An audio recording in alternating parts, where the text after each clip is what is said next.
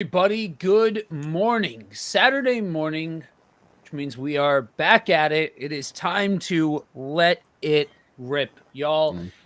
you may notice that there are more of us this week than usual. Guys, we have a special guest joining us to talk about Christians, comedy, all that jazz. I'd like to introduce you guys to Chalmer Williams. Welcome to the show, man.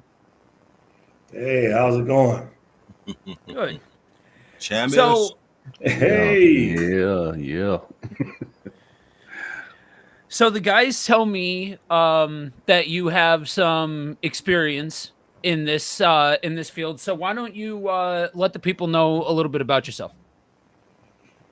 man, in some regard, I feel like I've kind of like a cat, like I've lived 9 different lives. But started out in comedy is where my foundation kind of started. I can even go back as far as middle school, high school was kind of that typical class clown, making people laugh in the classroom, and that kind of transformed into finally getting on stage at the age of 25 and just letting it rip, like the show said. Just everything that was inside of me was coming out, and had a chance to travel, meet some major comedians like Kevin Hart and Ricky Smiley and Bill Burr, and I mean, just the list goes on and on. D.L. Hughley, just to name a few, and you can actually see some of my stand up on YouTube by just typing in my name, Chalmer Williams. There was a couple of times where early in Sure Foundation's infancy, where I had a chance to perform at Sure Foundation, during the anniversaries and talent shows and stuff like that, and so. Yeah, man. I probably did comedy probably 5 to 6 years strong before it started to become a little more inconsistent. That's awesome. So were you was that within the like clean comedy world, or was that just, you know, like just general comedy? It If was that just makes sense. general. It was just general comedy. If I was to be honest with you, the first time I actually got on stage, I don't even think Anthony knows this. Was at my family reunion. I was 14. Okay. Maybe 15. That was the first time they gave me 5 minutes and I told 2 jokes. And actually, one of my cousins gave me that DVD. And I was just looking at myself like, wow, like, you know what I mean? Like, I kind of feel like comedy is one of those things is that half of it is just being courageous, getting up there on stage. If you can get past that, everything else is kind of downhill because it takes a lot of courage. It takes a lot of confidence. So yeah, that was my first time getting on stage, maybe 15. And then I did it again at 17, my family reunion. And then it just slowly but surely just started elevating in that direction. And so, yeah. Dude, that's always cool to hear somebody um be able to take that plunge and jump into something on stage like that, and something in front of people, or even just something that they want to try to do, that takes courage to jump in and get involved with, and all that kind of stuff. So that's awesome.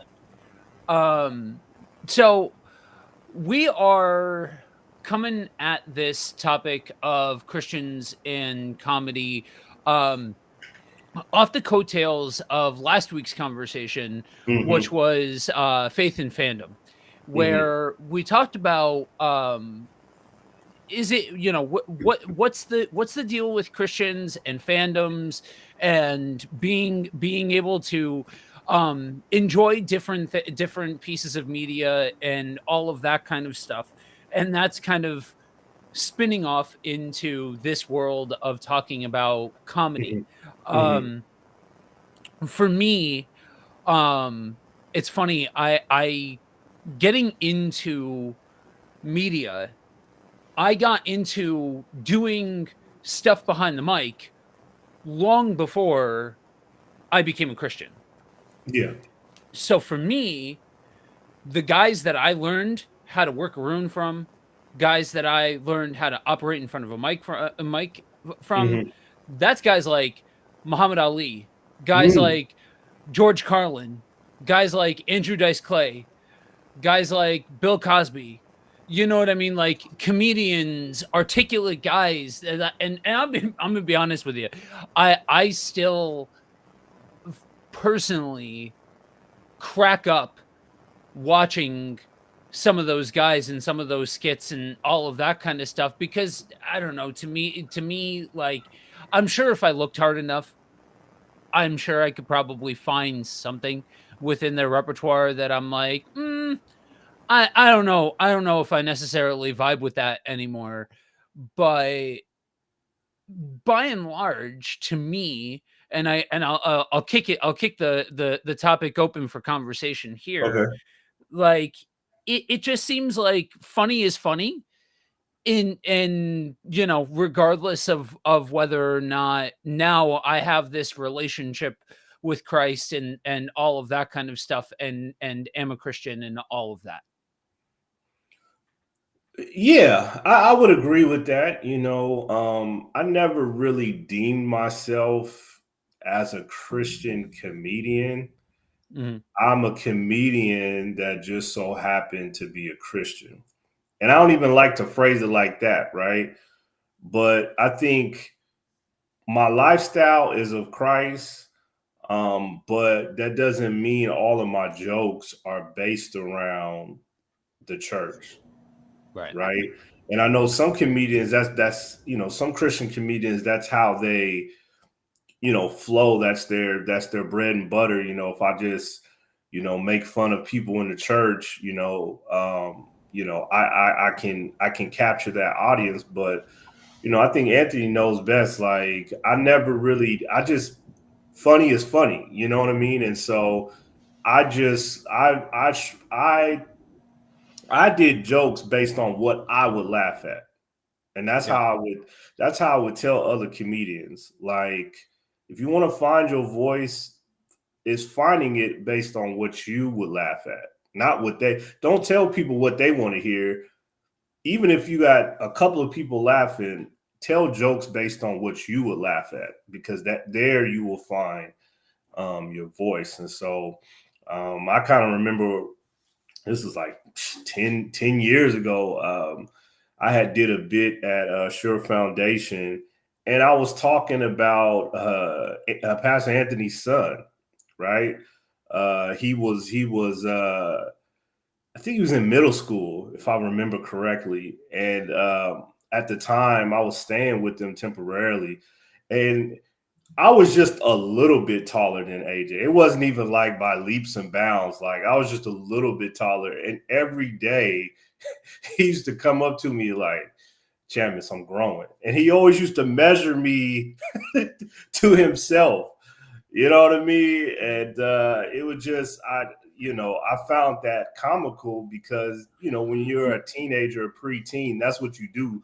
You're always checking in the mirror, seeing how tall you are, seeing if any facial hair coming in, and so, I had did a whole bit on just AJ alone.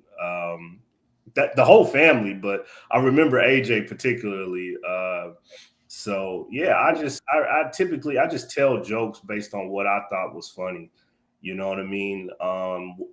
Because we still live a life, right? We still Yeah. live everyday life. We're not in church 24 hours a day. And so you can't be afraid to talk about topics of just everyday life. You know what I mean? Right. Yeah, absolutely. Fellas, what do you think? Ant, what you got? Well, I think I think one of the big things about comedy is that I think you said it earlier. Funny is funny, and I think for me is there's types of comedy, there's types of funny that I like, and types of funny that I don't like. And so I think, understanding again with all of this preference, bias, your personal, because there's certain types of comedy. It's like, that's out of my range. Does it mean that it's wrong? I think we talked about that last week. Just because I don't like it, does that mean that it's wrong?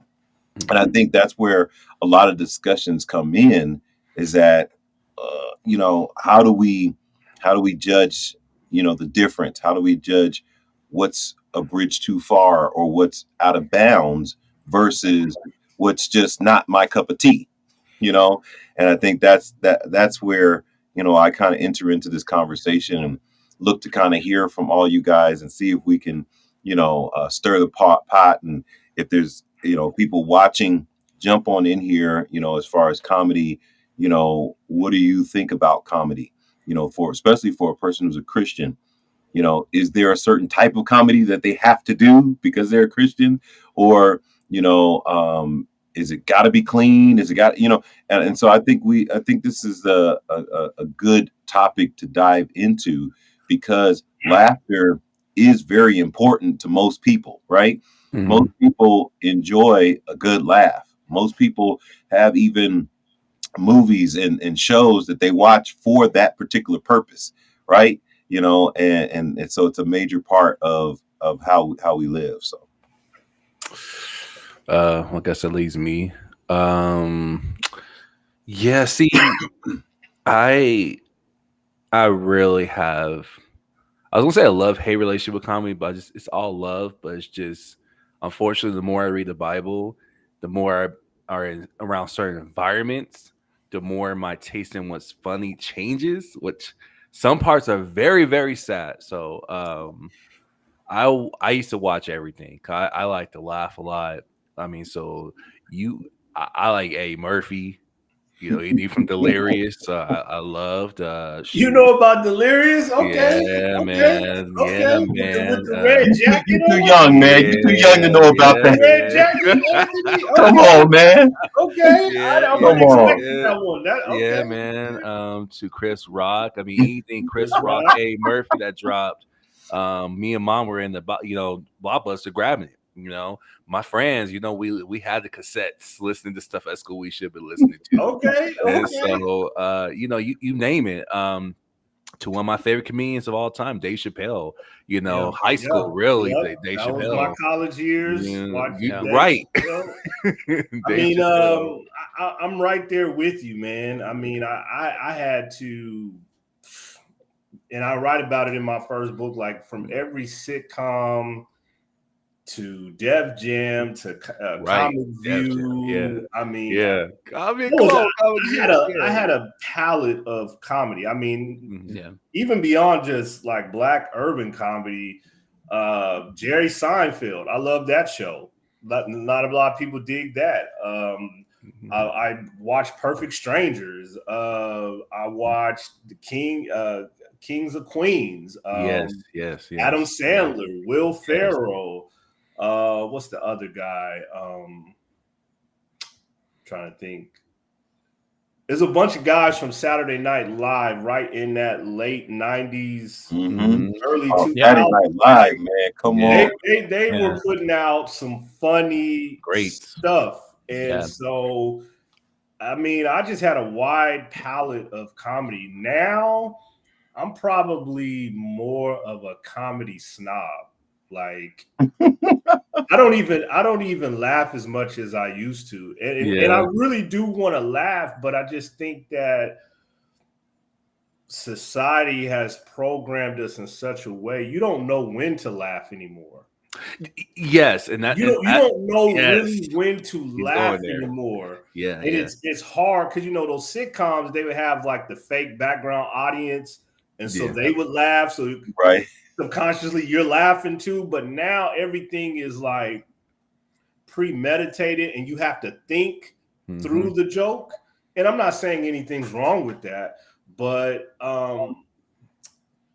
man, I it's rarely that I find something funny now. And maybe because, again, to your point, Anthony, you know, as I continue to grow in Christ, things are not funny anymore. And then I have more of a sensitivity to it, right? Than I've probably ever had before. So, but yeah, just a couple of weeks ago, just to give you an example, I know y'all gonna probably look at me crazy. So a couple of weeks ago, Good Burger 2 comes out, right? Right. Oh, it's so bad. I put my kids on it and they liked it. I'm like, oh man, y'all like it? They was like, yeah, this is pretty good. I was like, okay, we rock it. So then Good Burger 2 comes out a couple of weeks ago. I'm like, we gonna download the app, we gonna see it.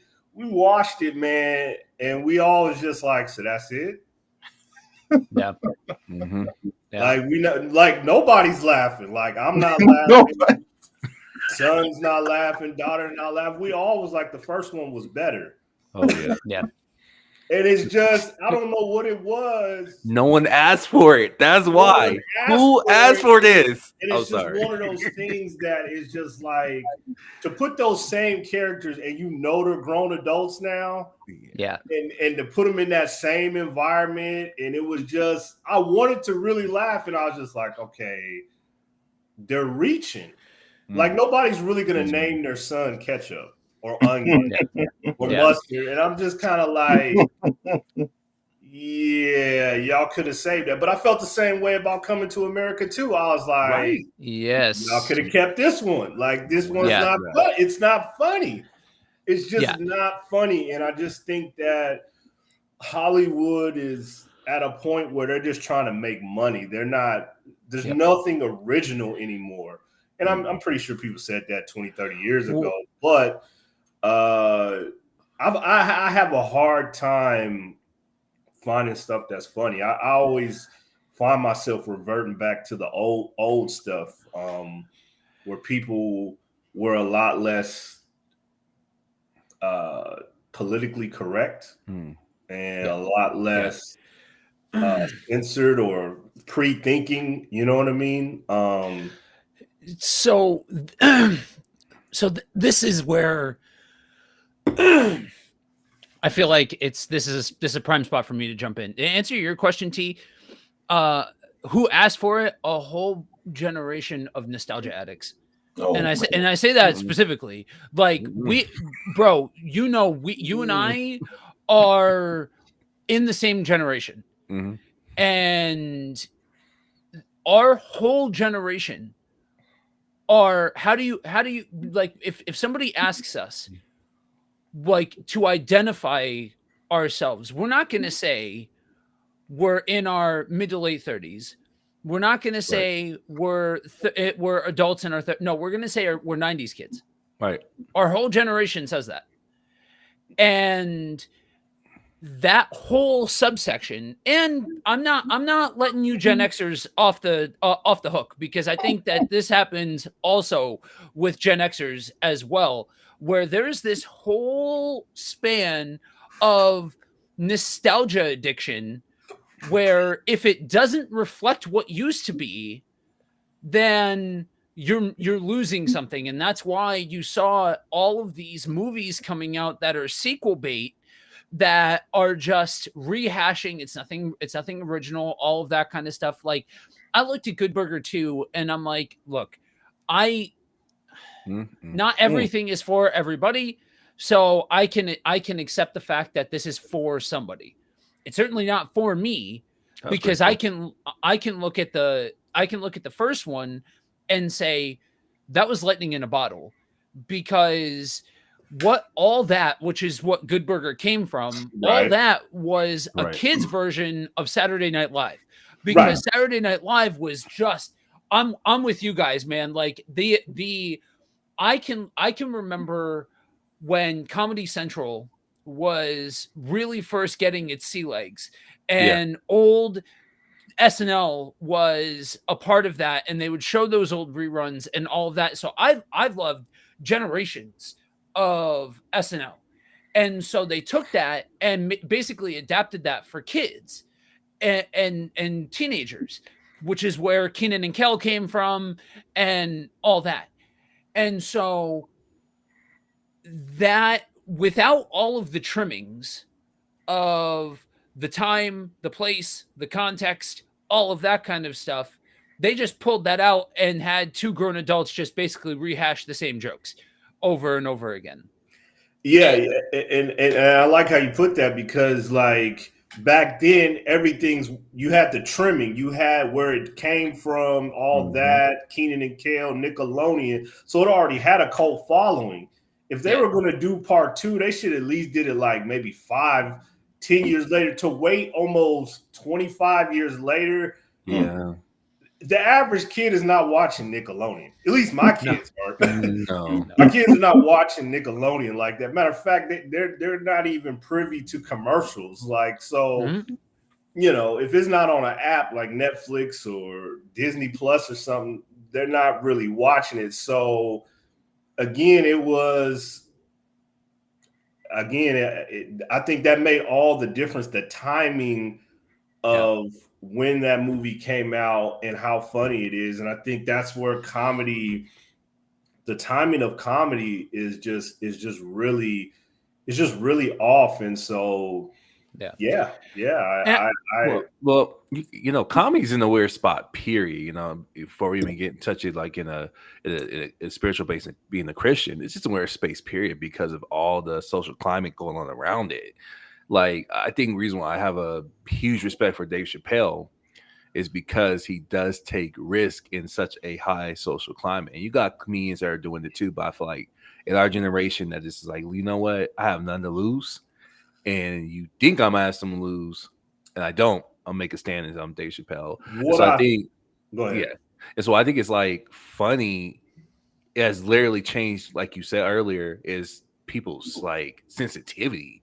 And I think that's where I'm trying to discern, like, is that actually okay? I know as a Christian, I think it should be, but even then, I'm still want to explore that. We could talk about that later, maybe, or if you just want to jump on it now, it's cool.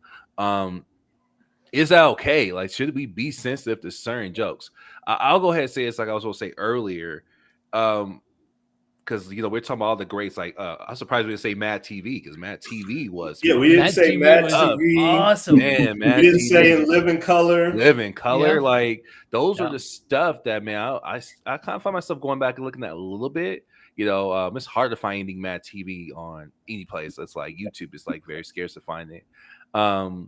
But I bring it up to say, you know, the certain climates that have definitely changed my perspective. Like, for example, becoming a Christian and realizing, you know, there's just certain things that, man, I used to laugh at that. I'm just like, that's just actually not cool.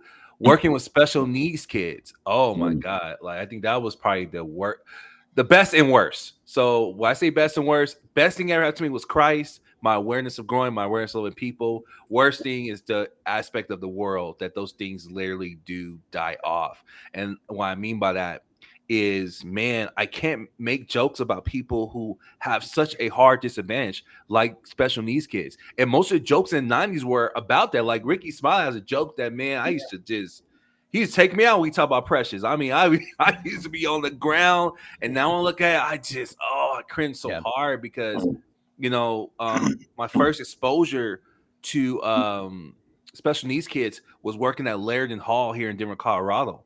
And I went in there very desensitized. I'm not gonna lie. I make jokes like that all the time at school. Me and my homie Steve would just be clowning, you know, those who had disabilities going in, you know, working at that job. I was like, I went in the interview thinking I was just gonna be a regular para. And then it was like, oh no, you're gonna be working with special needs kids. And I'm like, all right, how bad is it? And then I got there, I was like, oh, this is pretty bad. This is definitely, I can't do this. You know, I can't even eat around these type of people. That's how I used to think. I'm so serious.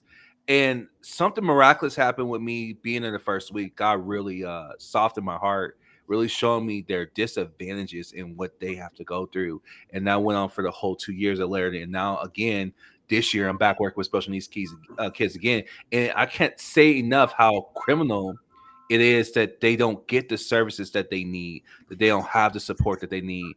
And they're going against a harsh environment, harsh world that's not for them. So when I hear jokes like that now, it makes me angry, to be honest with you. There's a sense of anger that I feel when I hear these jokes. Believe it or not, I'm one that used to clown the church a lot. You know, when I was a young Christian, I used to think like Ricky Smiley jokes, certain Christian comedians that made certain jokes were hilarious. Now having the passion for the church and even seeing what we go through as a body, I'm like, and even as a culture, as African Americans, because I really feel like most jokes are around African American jokes. That's from my perspective. Could be wrong. You can come and jump in and correct me. But usually around growing up in the Black church, I'm like, yeah, that's not so funny, because you see the struggle, you see people trying to really learn, you see people trying to hold on to their faith and express, and it's just like, yeah, I don't know if I can say all things are funny anymore. Cause I used to be like that. I used to be like, yeah, if it's funny, it's funny. I'm like, now I'm like, well, is it? You know, and this is where we get into the more preference-based thinking, right? The more subjective side of looking at things. But I'm just like, I don't know about that anymore. I think that actually might be wrong. At least for me. I don't think I can get behind that because of the history now and the knowledge and awareness that I have. So let me jump in, and this is so I'm going to ask a question to the panel, but I want you guys to answer also in the comment section. I want to hear from you guys, because I think that this is a good. I'm curious to hear what everybody thinks about this. So to preface though, T, I don't think I would still say everything that you're saying still falls within that category of funny is funny. You don't find it funny anymore because of the situations that you are in. So to you, funny is funny, but that's not funny anymore. I'll use an example for me. I don't laugh at ignorance. I've never been into the, when I was a teenager, the blue collar comedy guys were really, really big for a minute. And that seemed to be the soup of the day for a while. Never got it, never got into it, never thought it was funny. All of those kinds of things. Guys like some of the comedians that I used to watch that were more blatantly risque. You know, just not. There's no real substance, I guess, to the joke. It's just pure unadulterated vulgarity. Right. Shock value. Right. Shock value. Yeah. That shock, Howard Stern sort of thing. That I'm like, there's no meat on the joke. There's nothing that really, like, at this point really makes me laugh. But then you juxtapose that with somebody like George Carlin. I think George Carlin's hilarious. Vulgar as all get down, but I think he's hilarious. Because there are, and somebody might be able to point to some skit someplace that I'm like, I don't. So if we say that we like, I don't think you stand behind every single work that a comedian or an artist or somebody has ever done, just because you say that by and large you like the stuff that you've been exposed to. For me, his stuff is pointed. It's pointed in a direction. It's got something to it. It's got legs. Yeah. And so I don't think that I would largely agree with you, and especially on looking back at some of the stuff from the 90s, where a lot of that stuff. I'll actually pull up an example. Jim Brewer. I used to really, really dig Jim Brewer and all that. I loved the movie Half Baked. The whole, like, I loved his comedy, but so much of his stuff is ragging on the special needs community with his impressions and the style and all of that kind of stuff. And I'm just like, I don't know. Like, can we figure, like, I don't know. It loses something to me and all of that at this point.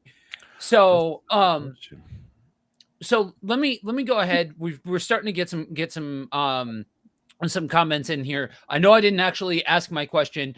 Let me go ahead and pause before asking my question. Hit the comments for a second, and we will roll forward. Good Ooh. morning, Xandra. Good morning, Xandra. Glad that you have Morning, joined us Xander. this Hope morning. you're feeling better. Yeah. Good morning, man. What's up, Pastor James? Good to see you this morning. All right, and he has a quick question. So I'm going to go ahead and ask the question.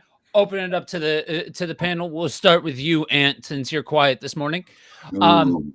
Does finding something funny mean that you agree with it? Yeah, well, Mm. I think that's a great question Mm. because I feel like that's the tension, right? Mhm. Of saying, will I laugh at something or not? Right? Is that you're feeling like if I laugh at this, does that mean that this is, that I find it right to do this? So let's say the special needs jokes, right? If I laugh at that special needs joke, am I saying that it's right to laugh at special needs people? Well, I don't think that that's what a person is saying, Mhm. not consciously anyway. Mhm. I think, like we all said, as we got older and we had more experience with certain things, we started saying, okay, yeah, that's not funny anymore. Whereas at the time, we weren't actually saying it's right to do this, although what was said might have been funny to us. So I think there's a tension there that, what's another, all right, Friday, right? Right. There's a lot of things in the movie Friday that we laughed at, right? But we probably wouldn't do. We probably wouldn't, but for whatever reason, watching that in that sequence of scenes, and it was funny to us. But we weren't saying, oh, yeah, we should laugh at people who struggle with this or struggle with that. And so I can't speak for everybody, but I do think there's space to say that if a person laughs at a joke, they're not necessarily agreeing with whatever the subject matter is as the right thing to do, or that we should be doing this or doing that. That's my thought process on it, because I think there's a thin line there, and I would be judging somebody if I said just because you laughed at it that you're totally agreeing with that. Right. And Kaj up in here with that one too. I think I agree with you. I think the question I would have not to ask one other question is, again, individually, a motive does matter. And so there's what I love about comedy, and I was talking about Dave Chappelle earlier. What I love about Dave Chappelle is the stuff I laugh about that he's talking about is educational. So there's a sense of awareness about what you're getting into about a certain joke that is being approached. And I think that's the only thing I'm saying is no, I can't say you laughing at someone who has special needs, you're a horrible person or something like that. I think that is hitting the judgmental side. What I will answer is we'll ask is that, what do you know about this particular group of people? Challenge yourself to think outside the box. And that's why I think I wish I would have done, because like I said, my kids are still hilarious to me, not in the sense of me just, being nasty towards them and laughing at their struggle, but just, they're actually human beings. Their personalities are sometimes funny to me.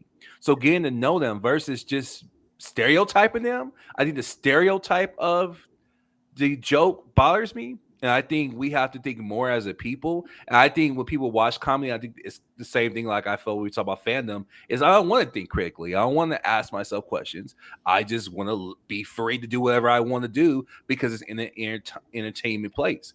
And I'm like, that's great and all. But, the more our climate changes, the more I think, hate to say it, there's just going to be certain things you're going to have to think about that we don't want to think about. So on one side, I hate that we're so sensitive. I'll be real with you. If I'm just being totally honest with camera, the part that's like, man, we're very, very sensitive today. Can't talk about nothing.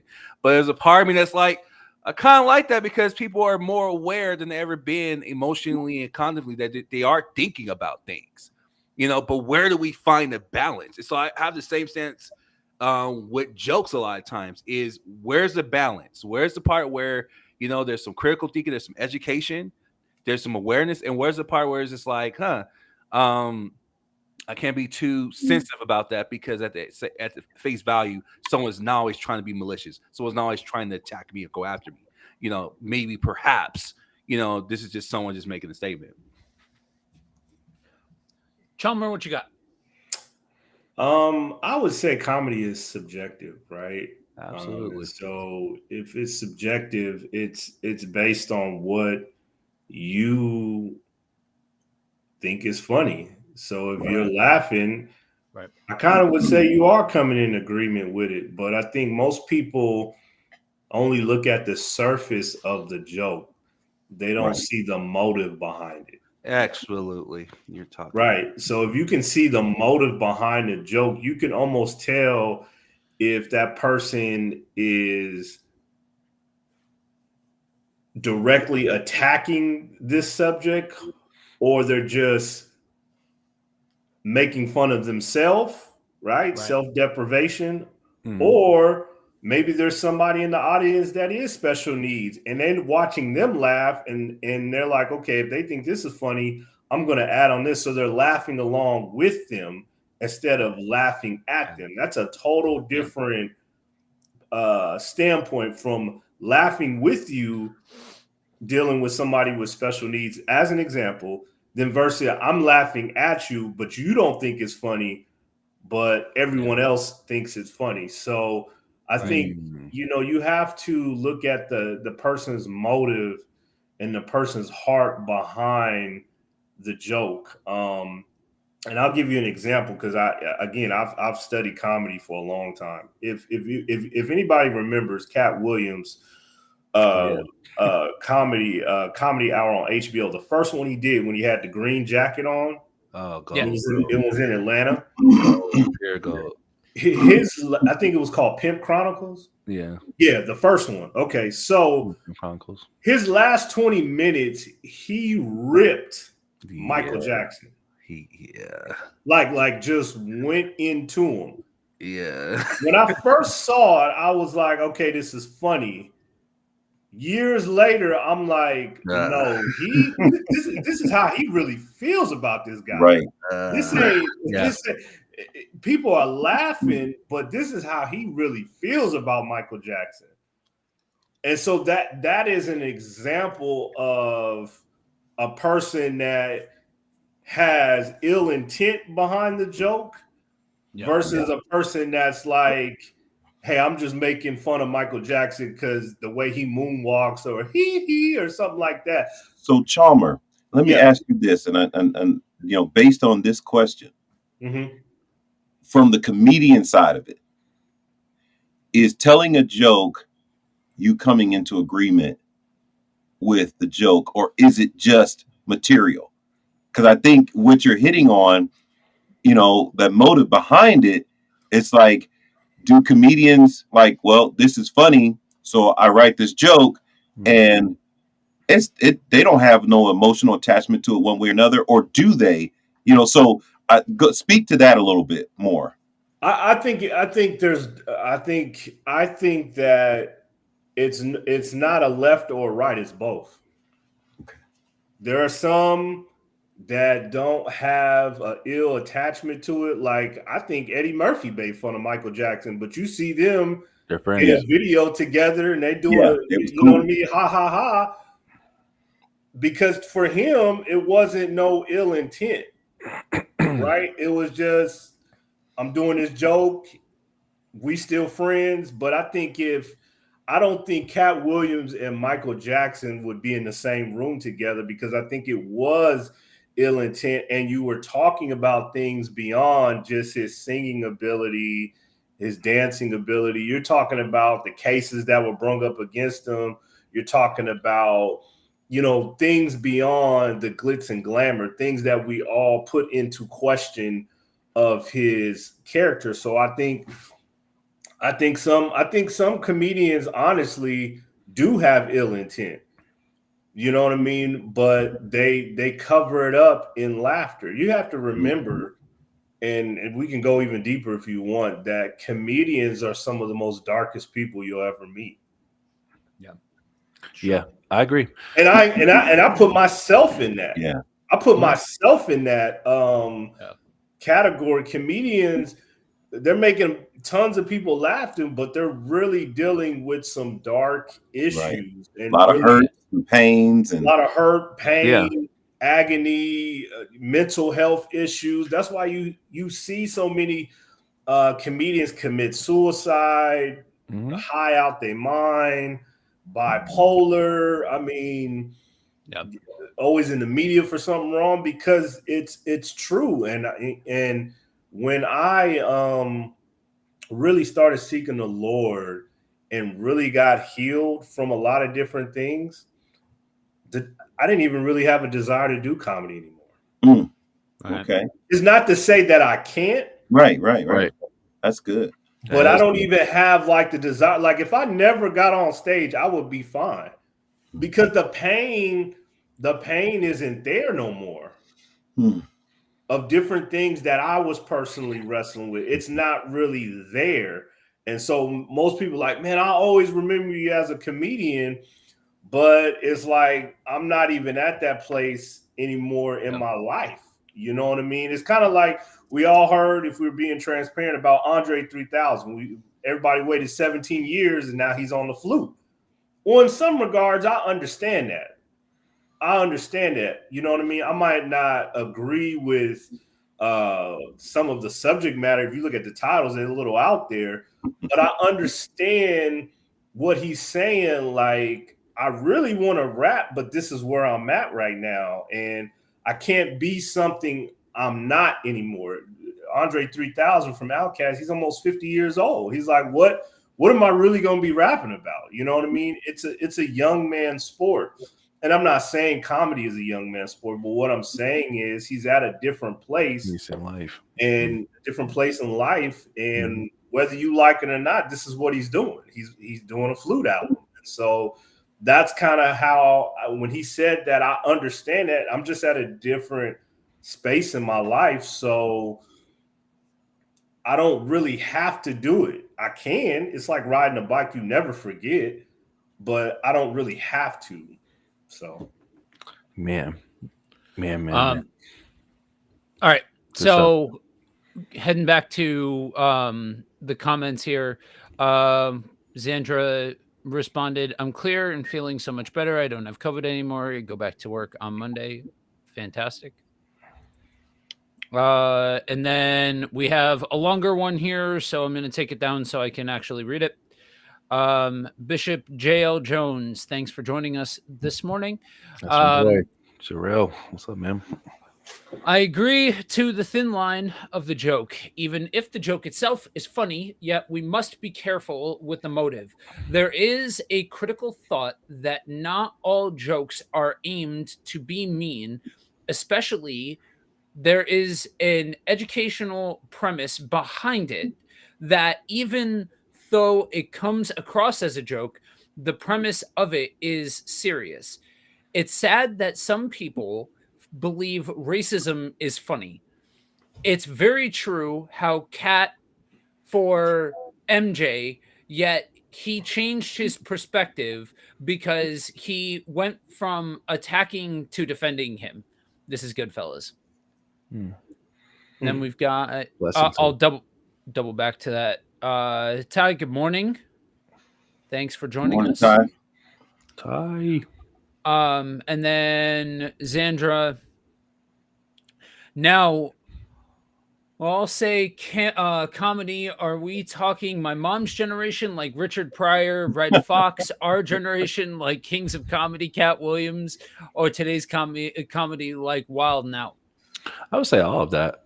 I would say all of that. And what I find in that, if I'm speaking to Zandra, is that most comedy now, and I'm just speaking for myself, that I think is funny, it's not even on TV. It's on social media. Right. Yeah. Right. Yeah. You know, it's on You have Instagram. to add that in there. You're right. Right, because that's It's a on comedy niche Instagram. too. It's on TikTok. Most of the stuff that I think is funny is literally like a 20-second bit Yeah. of something, and I'm like, man, this is funny. You know what I mean? And so I think that's the new era. It's not even Wildin' Out. Wildin' Out is like early 2000s, but I think it's all those Instagram comedic stars. I don't even know how they. Yeah, I what don't they even know how are. they're Right? not really comedians. They're more like skits. Yeah. Those are the people that are probably, getting the most laughter. And some have transitioned into doing stand up. DC Young Fly and That's hilarious. Just Hilarious and Country Shoot. Wayne. Yeah, see, look at you. I mean, I keep up. I'm not gonna There. look like I keep up. Now, do I find it all funny? No. Right. Right. Do I find it all funny? No. Right, But I do keep up because again, I'm still that person that wants to laugh, but it's just like, what am I really? It's more in a skit now. It's not really stand up. It's more in a skit. Yeah. So Have y'all seen the dad jokes? Those are. I think it's on TikTok or one of them. and they've just been moving around like robots or something. No, they just sit across from each other They tell and they jokes. tell these I know dad both. jokes. Yeah. And it's kind of, I haven't seen the moving around one, but this one, they just sit across from a table and they have like different rounds of telling these dad jokes.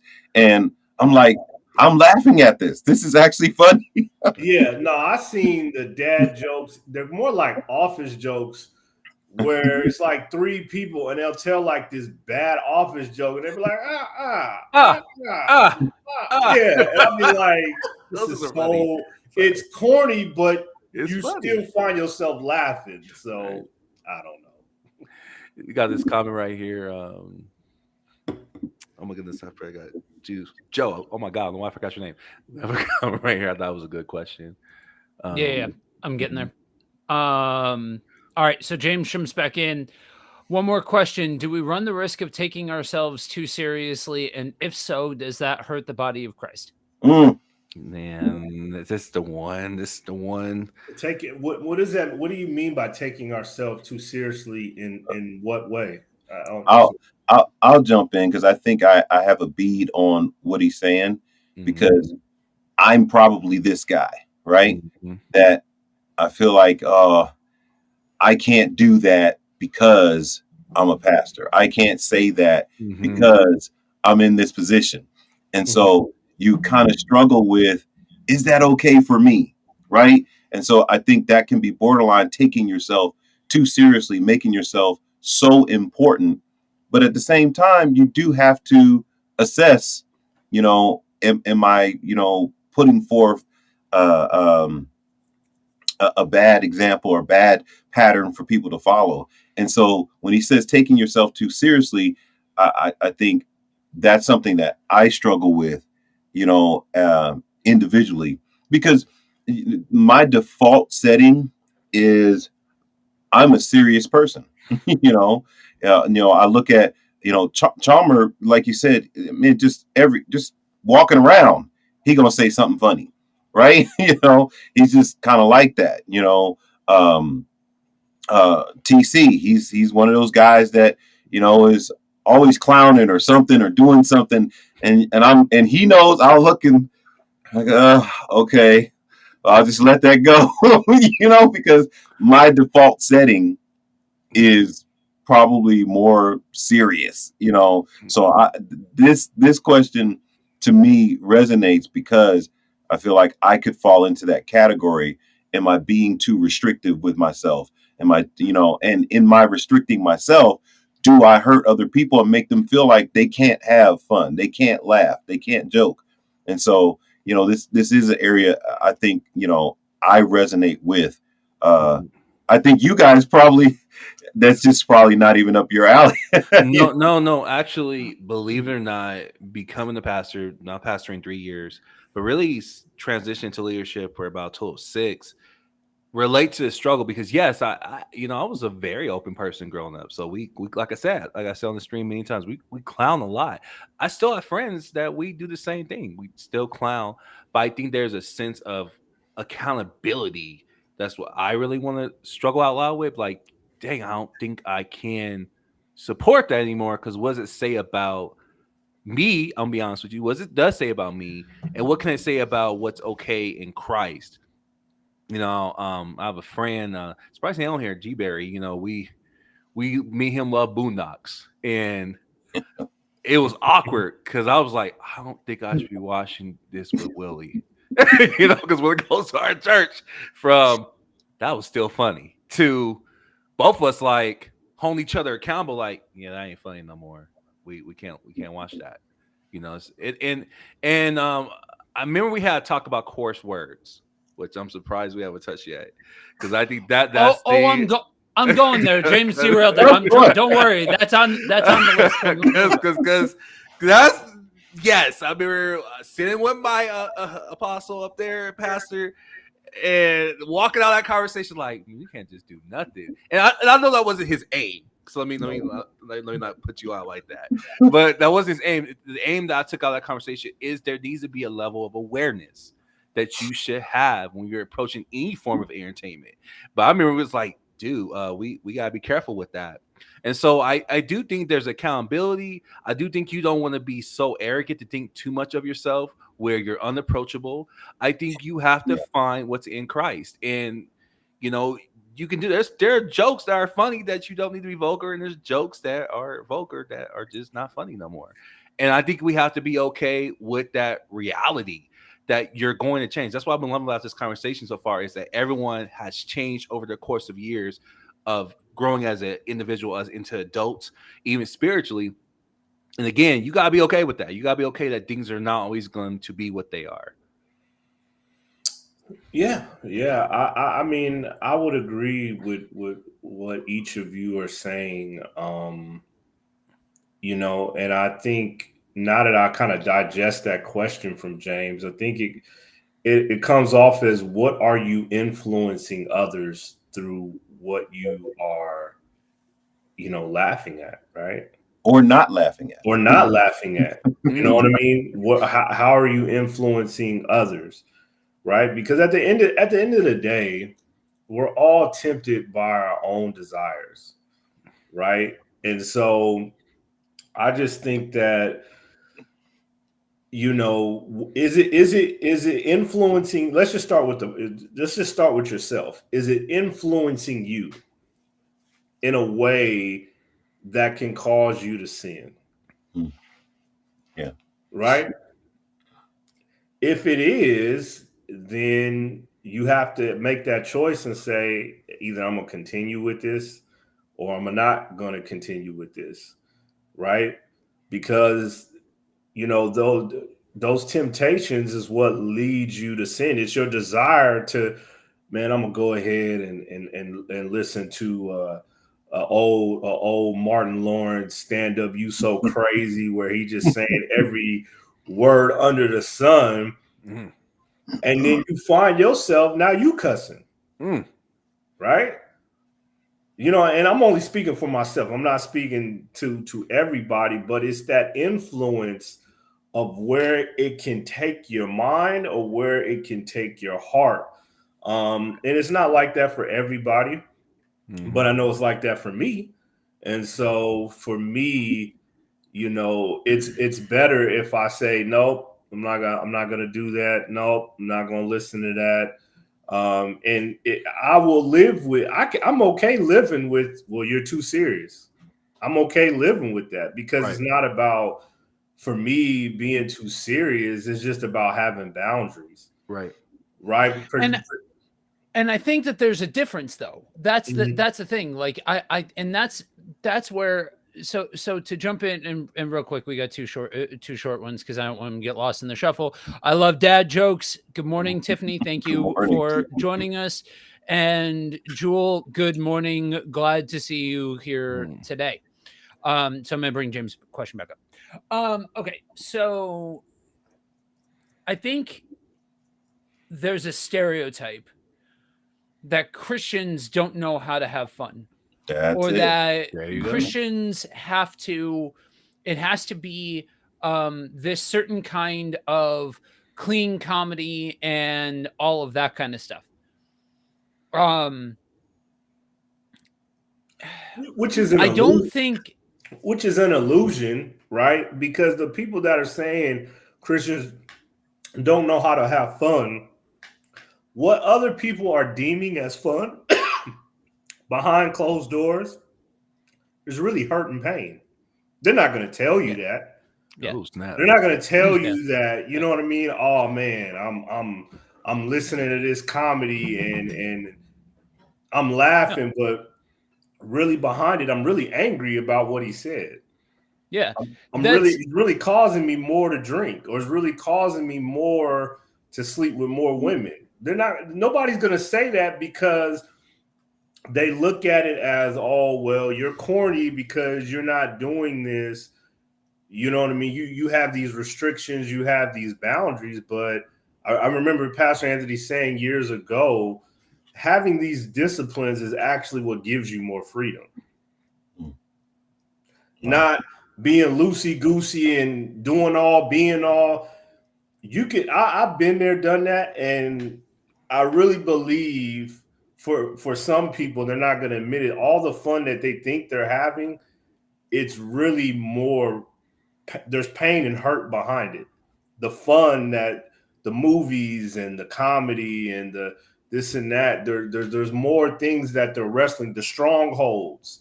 Yeah, yeah. There's more behind it than just, oh, you're having fun and y'all over here too serious. And again, there are people that are serious in the Christian community and very rigid, but there are people that have these boundaries, and it's like, look, I'm living more free than you are having no boundaries. Uh-oh.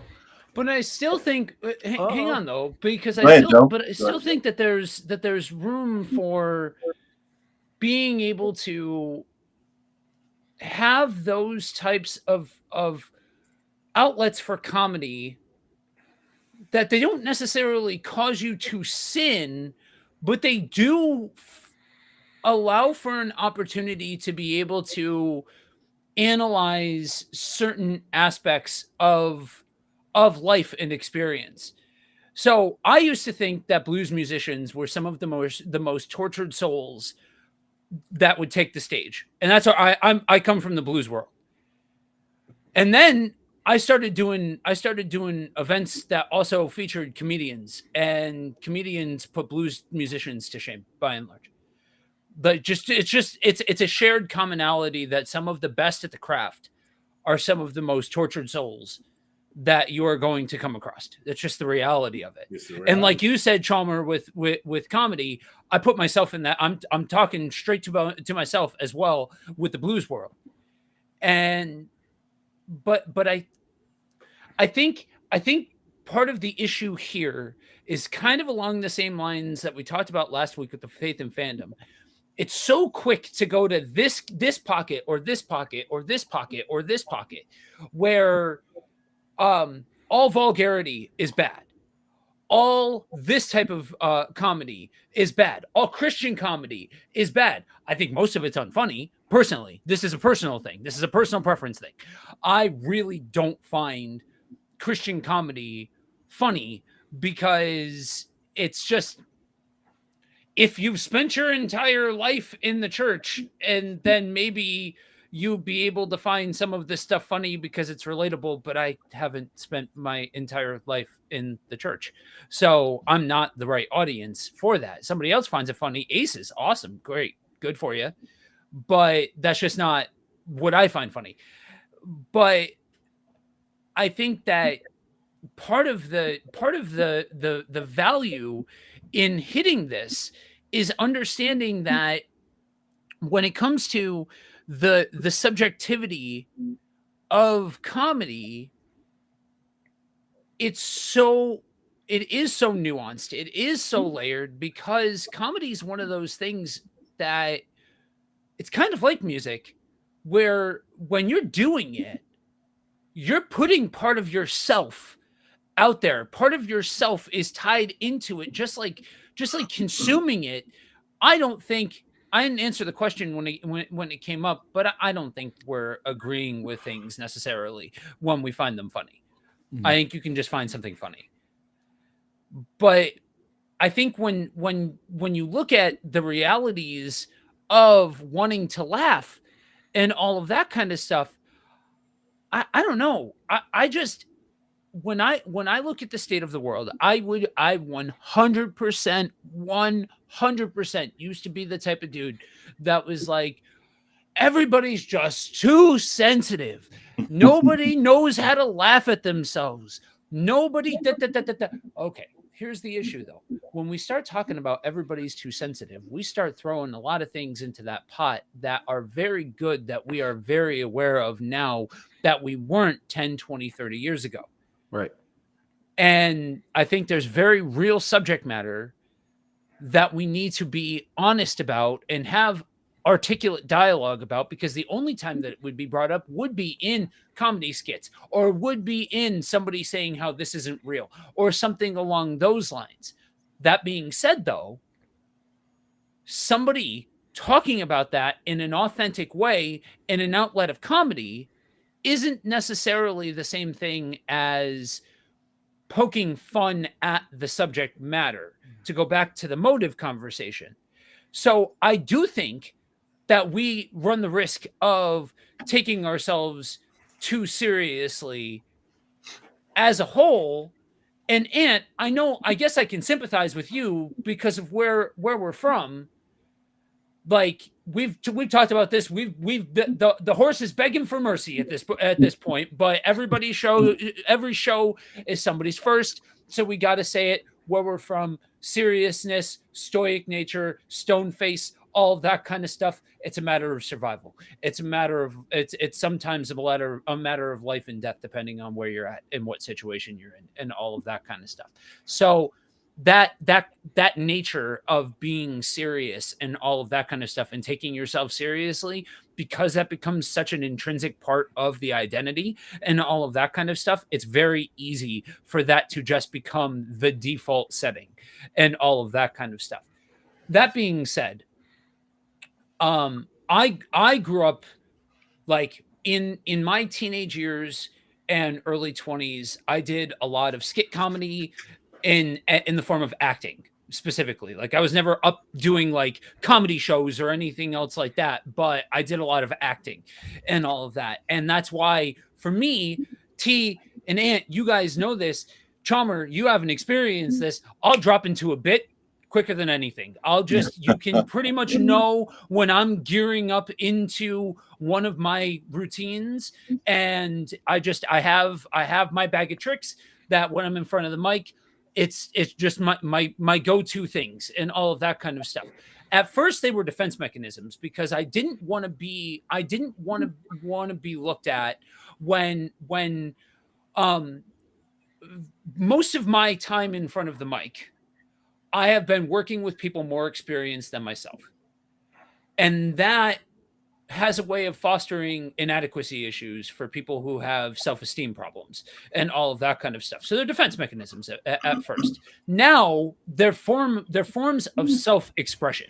Now that I am far more confident, now that I am comfortable in my own skin, and I understand that there are going to be things, especially spoilers, coming up here in a couple of minutes with one of the questions that I'm gonna ask, that I know I'm gonna disagree with other Christians about and all of that kind of stuff. Whatever, I'll just express myself in the form of a bit, no problem.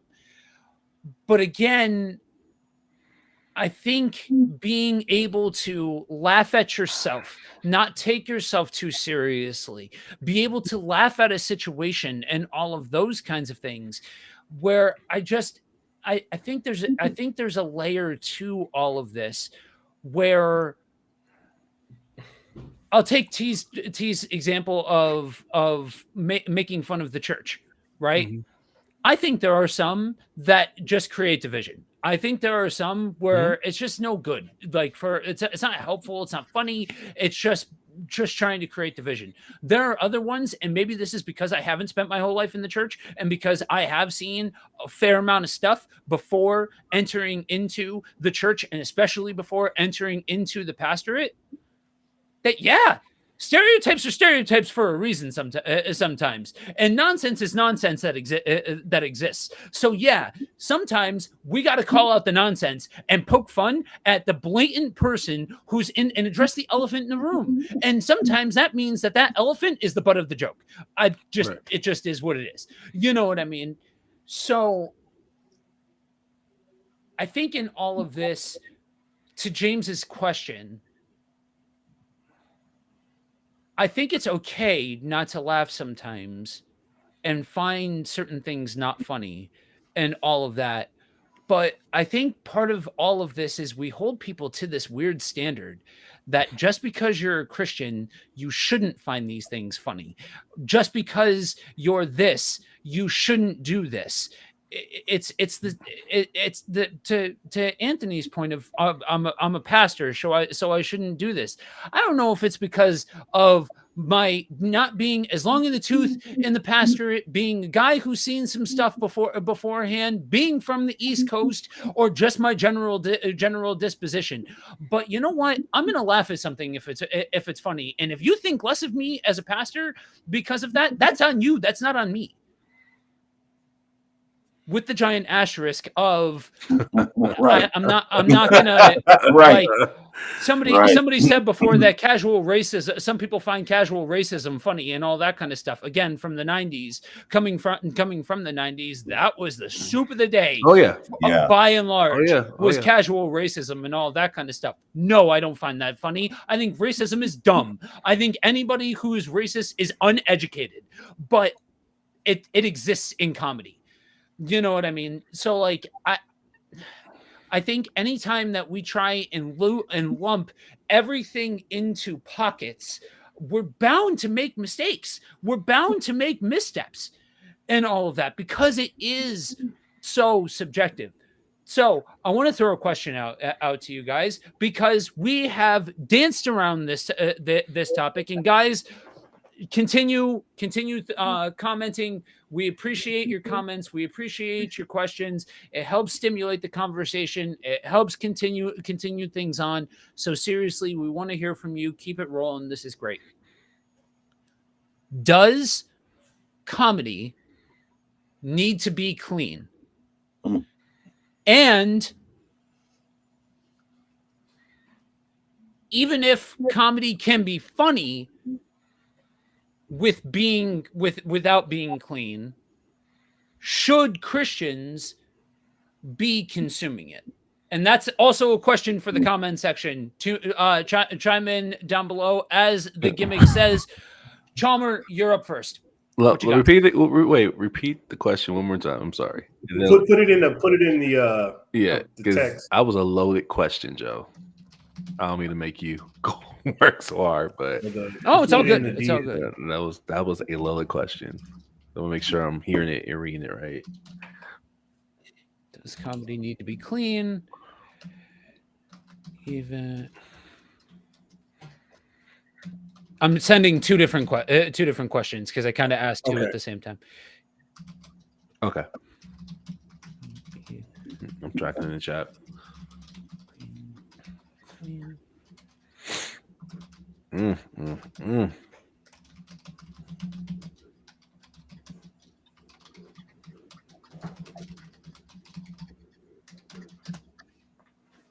Okay.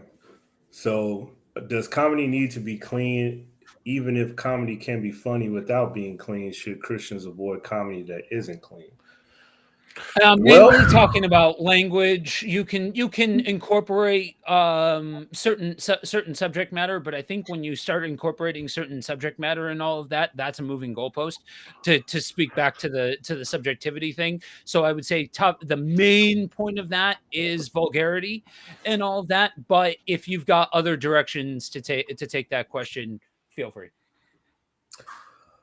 Does comedy need to be clean? I think if I was to go deeper with this question, how do you define clean? Right.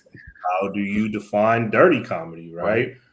Because then that clean and dirty comes down to a sense of morality. It doesn't come down to a sense of what is the Bible saying about this subject matter. What is it saying about vulgarity? What is it saying about motives? You know what I mean? And I think too, if we're going to go a little bit deeper, everybody that's a clean comedian isn't good, and every dirty comedian isn't bad. Right. And why do I say that? If we look in the Bible, it says that the devil or Satan is crafty, right? What does crafty mean in the Hebrew? What crafty means in the Hebrew is subtle, right? So the obvious thing, if you're looking at clean comedy, right? They don't have no vulgarity. They don't have any cuss words or no profanity. That's too easy. That's too easy to be like, oh, well, I'm going to listen to it because it has no profanity. It has no, bad words in it. The devil can still use that. And you can still find yourself questioning, should I be listening to this? Because why is because the way Satan, the evil spirits, the enemy moves is subtle. You're not gonna stop listening to something that is obvious. You know what I mean? Clean comedy, that's obvious, but again, clean comedy, there's some clean comedy I wouldn't listen to. And there's no profanity, and it's clean, and you might be able to sit down with the family and watch it. I still might not listen to it.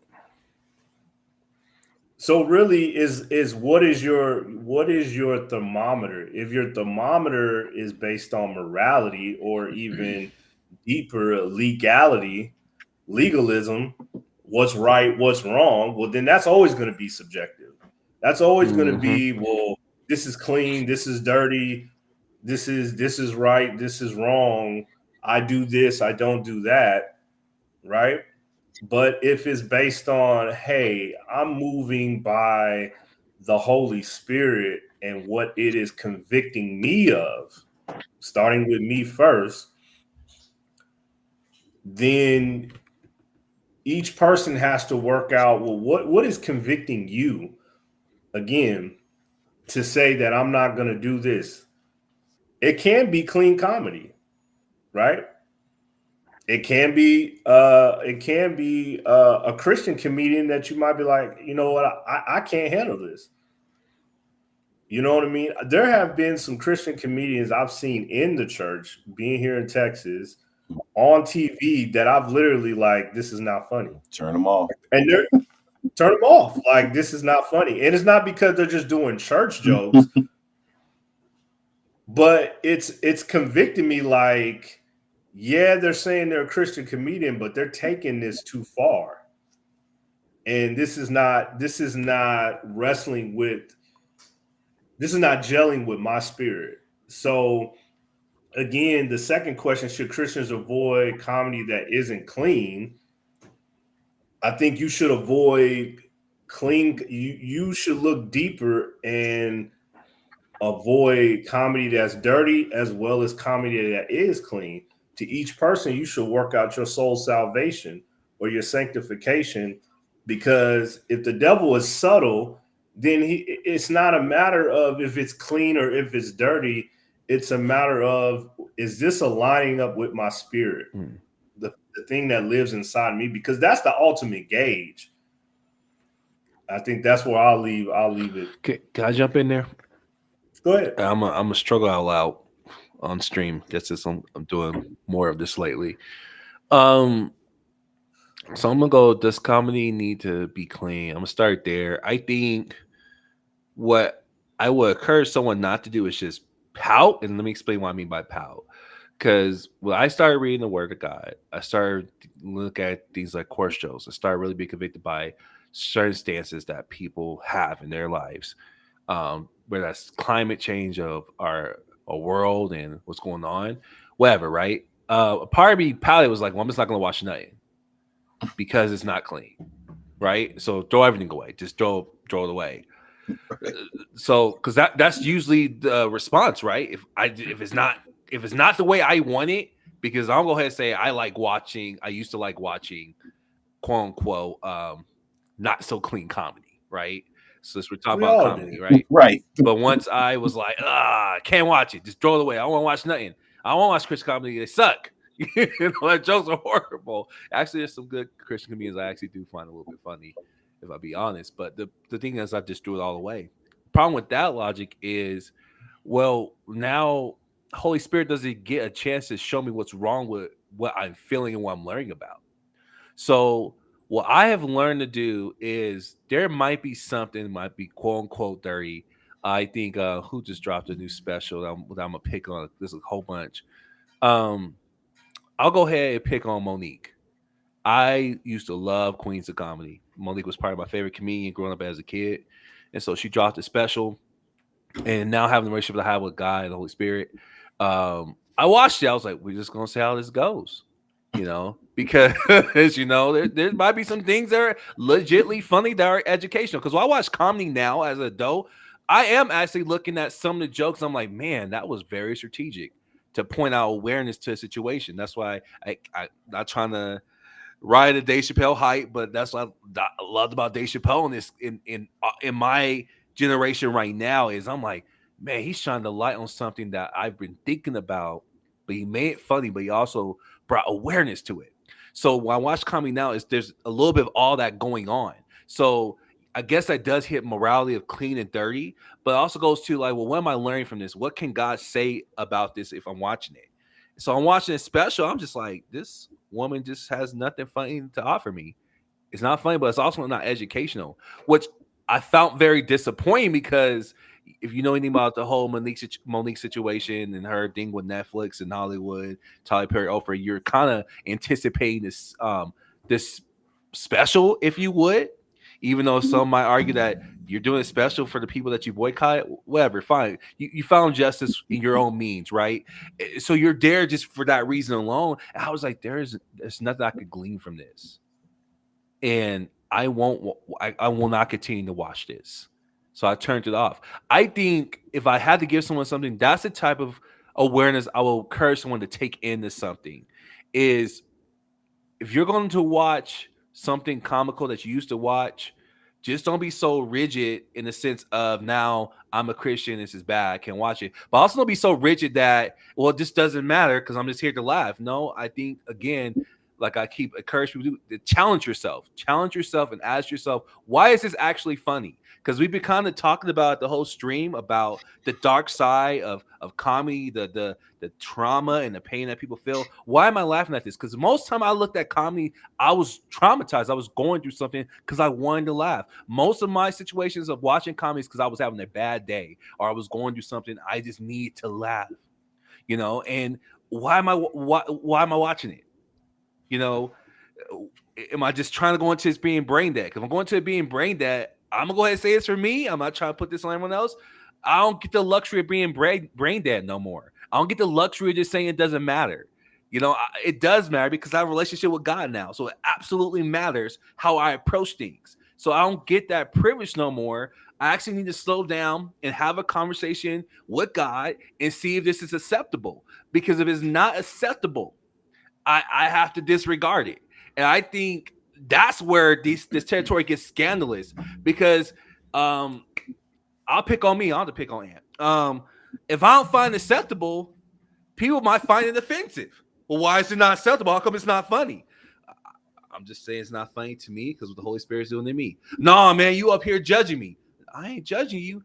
And now you judging me for my stance. And I think that's the hard part about it all is that the minute you decide to make a stance, the minute you start to think, people are going to have a problem with you, which is the whole problem with comedy, I think, as a whole.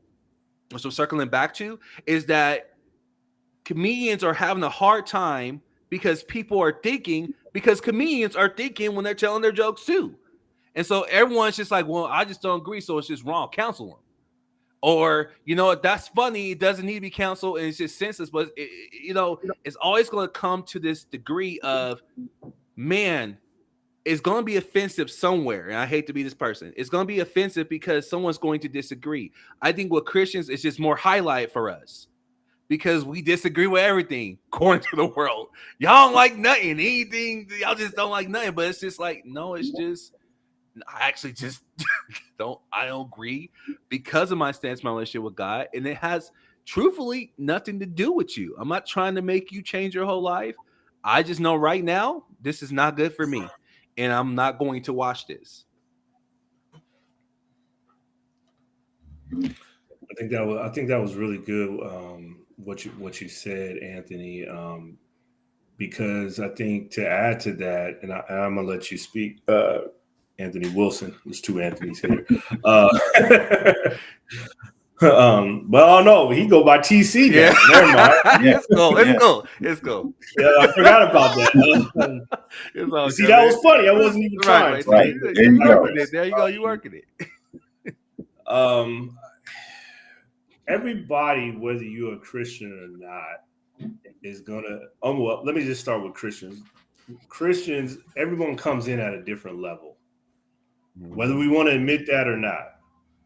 And so, what I mean by that is maturity versus immaturity, right? And so, to the person that is like, it's cool, I can handle it, kudos to you. And to the person that can't handle it, kudos to you, right? Because instead of judging that person and being so, well, why you can do this and I can't, is just like, that's where that person's at. And I think you just have to respect where a person's at. We don't fault a baby in Christ or a baby. Let me not say a baby in Christ, a baby with no teeth. If they pick up a toy and start eating it, right. We don't be like, oh man, why is this 1-year-old baby over here eating a toy? They know better. They should be eating real food. Right. Word. You see, you see the point I'm trying to make is that's the baby hasn't really identified with what is real food versus what plastic is versus what a toy is. And so we don't get mad at the baby. And so why should we be mad at somebody that's coming into Christ and they're like, this is what I'm listening to. This is what I'm, you know what I mean? Or even mad at the other person that's saying, no, I can't handle this. I can't handle that. You know what I mean? Even if they're more mature doesn't equal judgment or being judgmental. It's just saying that this is where they're at with it. And you have to respect both. Like that. Yeah.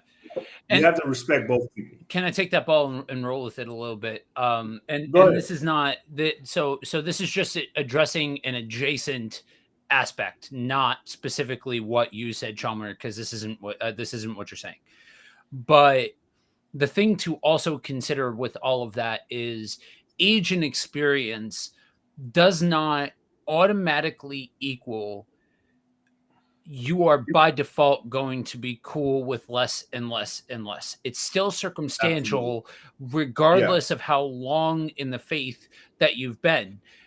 Absolutely. Again, to tie together the worlds of comedy and music, I think a lot of the same stuff happens with these two worlds of, oh, I can't handle listening to X type of music, or, oh, I feel convicted not to listen to X type of music or listen to X type of comedy or what have you. And this automatic defensive posture from whatever the other side is.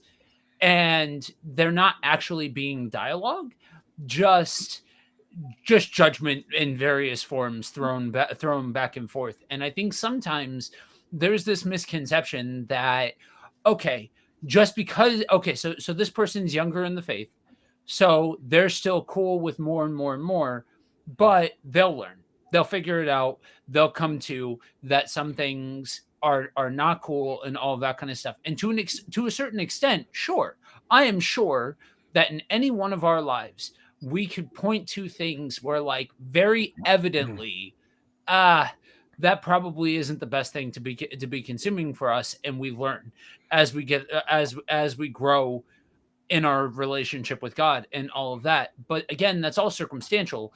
That's not that's not on a widespread angle.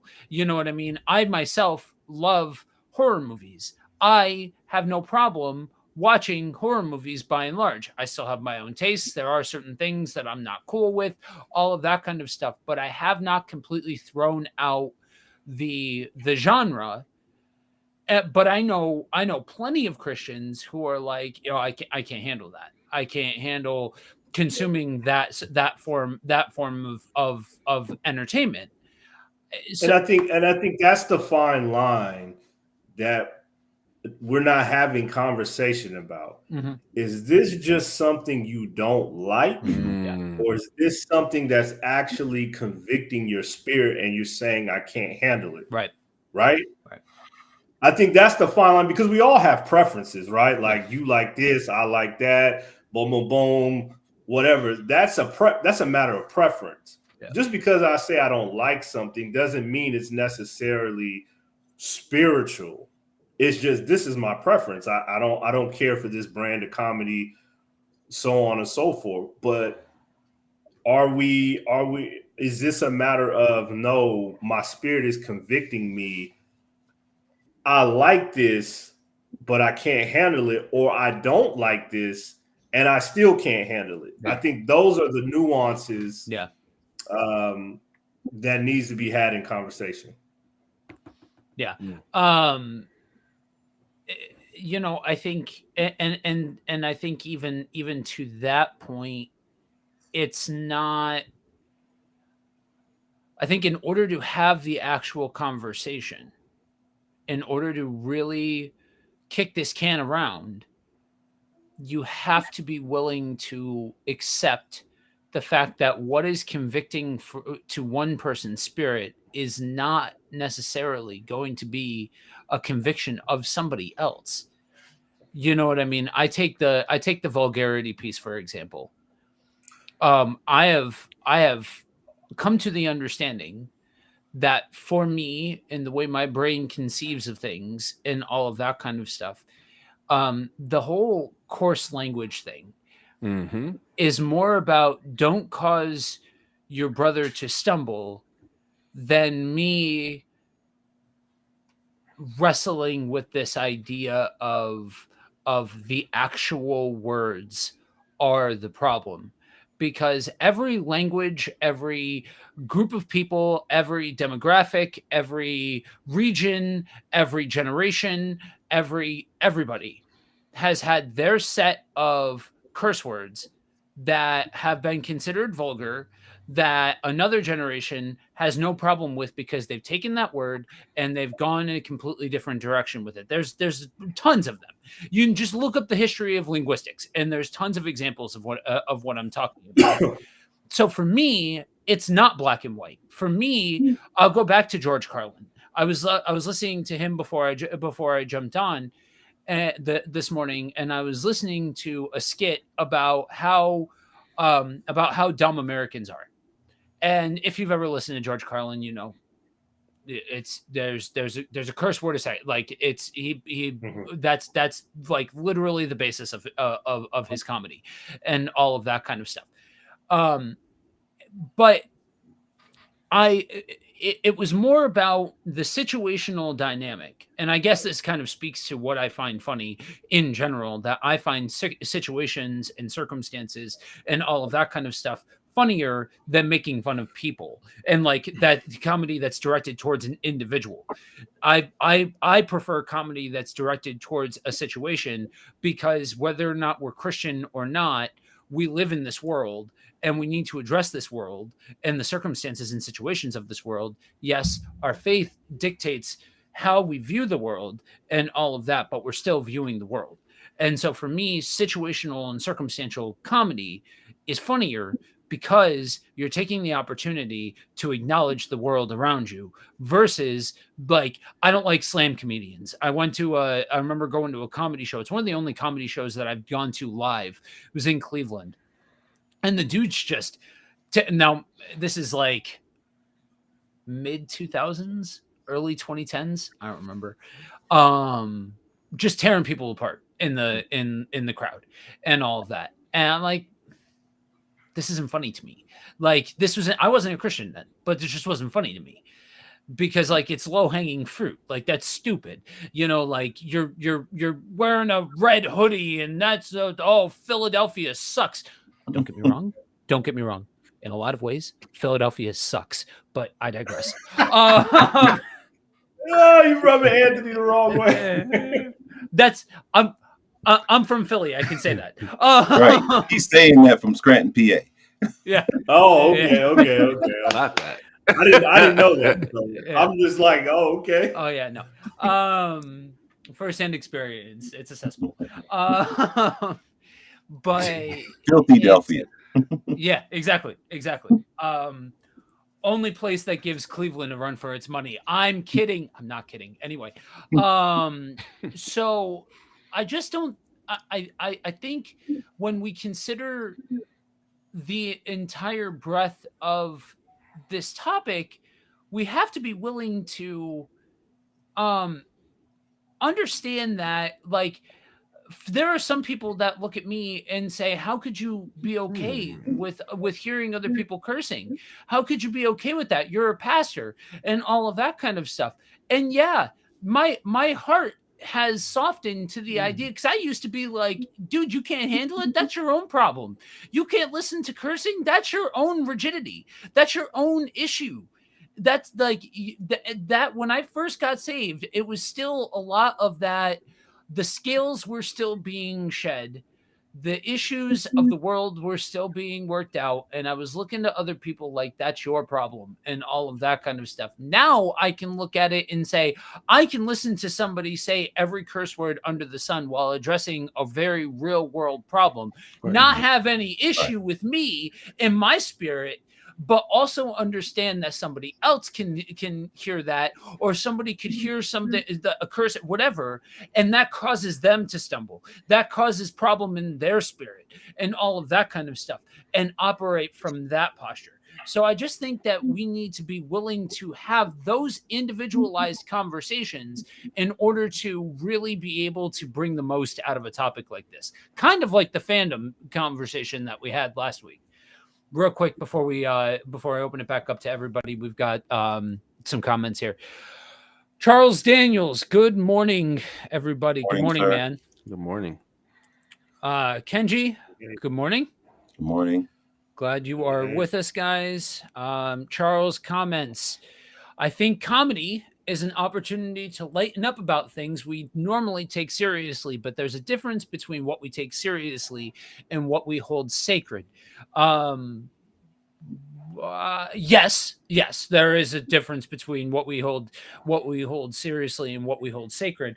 But can somebody go ahead and maybe make that statement a little more reachable for somebody who might not understand exactly what that nuance point looks like? Or if it's a matter of Charles giving some clarification in the comments, but maybe give an example of what this might look like in application.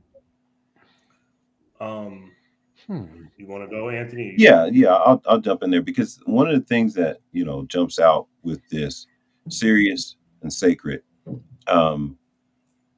there are things that I take seriously, but I wouldn't put them in the category of sacred. Joe just made a joke about Philadelphia, right? Mm-hmm.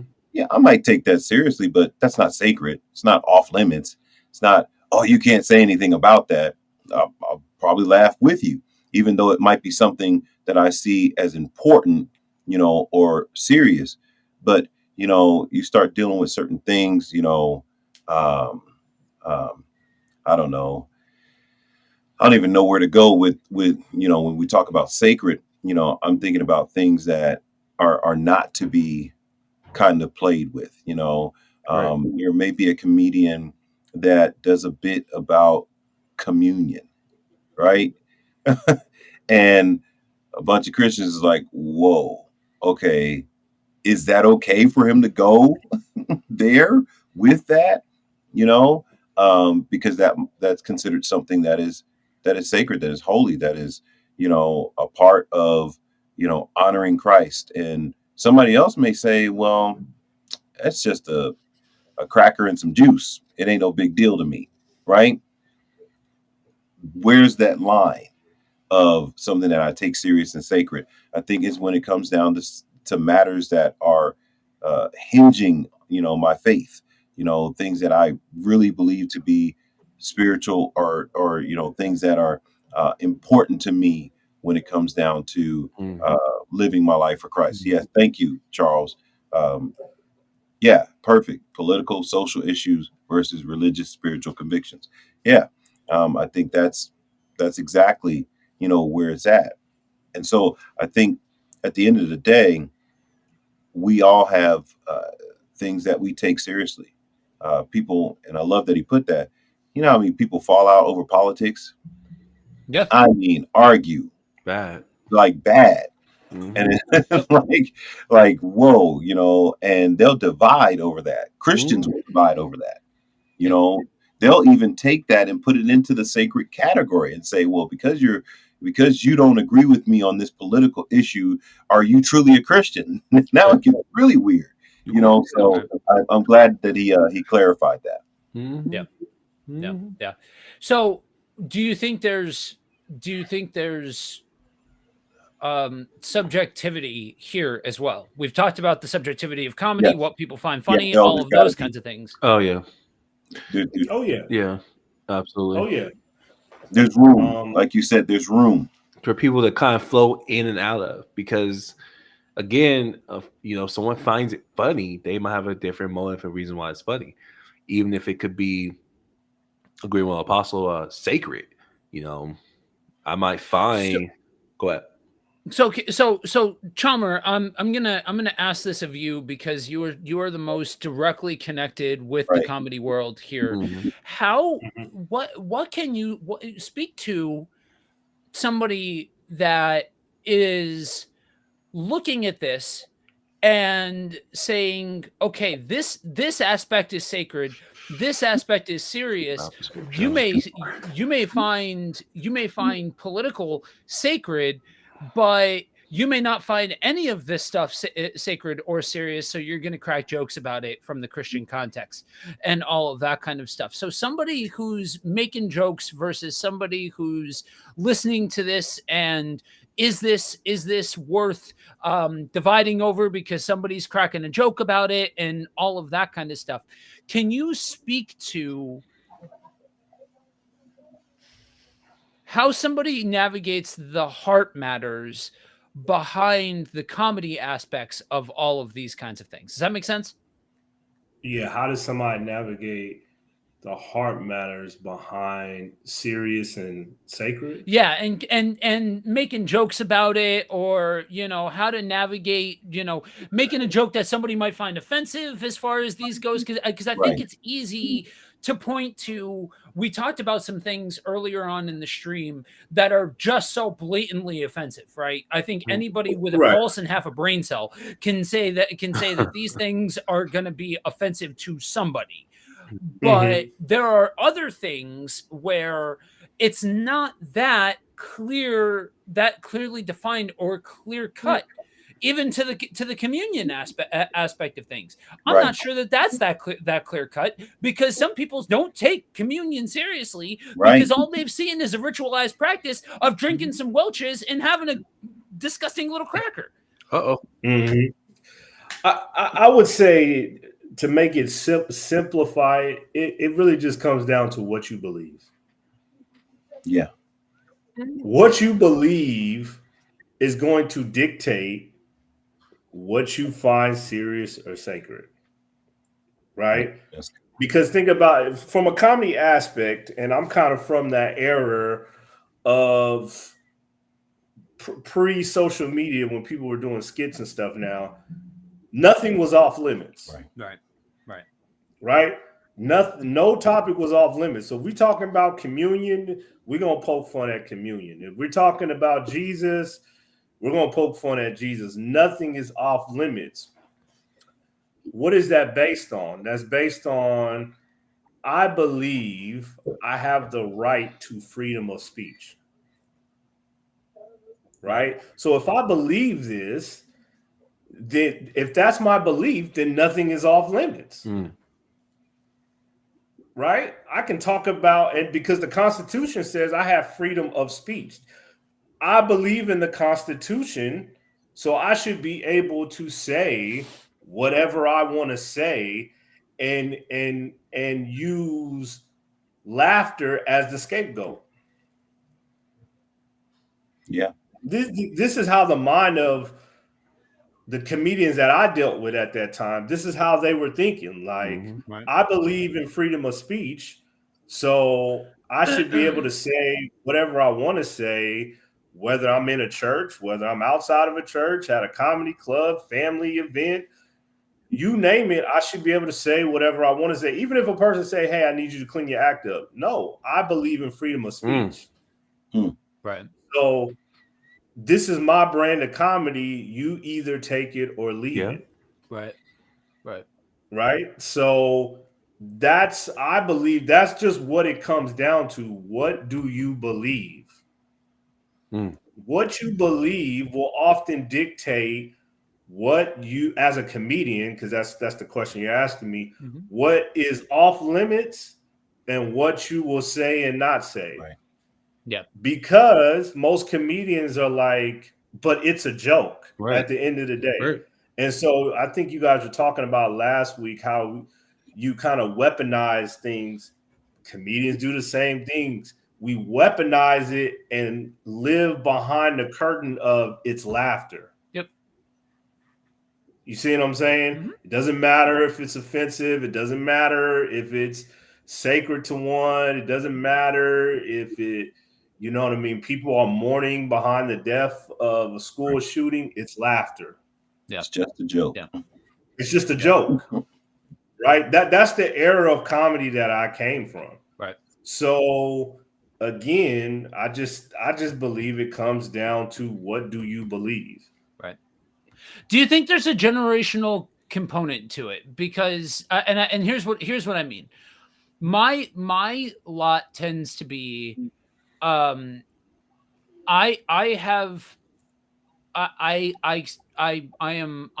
generationally bilingual in a lot of regards. I tend to be one of the folks that bridges the gap between millennial and Gen X, whereas somebody like T will be more of that voice for millennial and Gen Z, and go and skew younger. There's an aspect of why I vibe with the Gen X crowd is we come from a generation where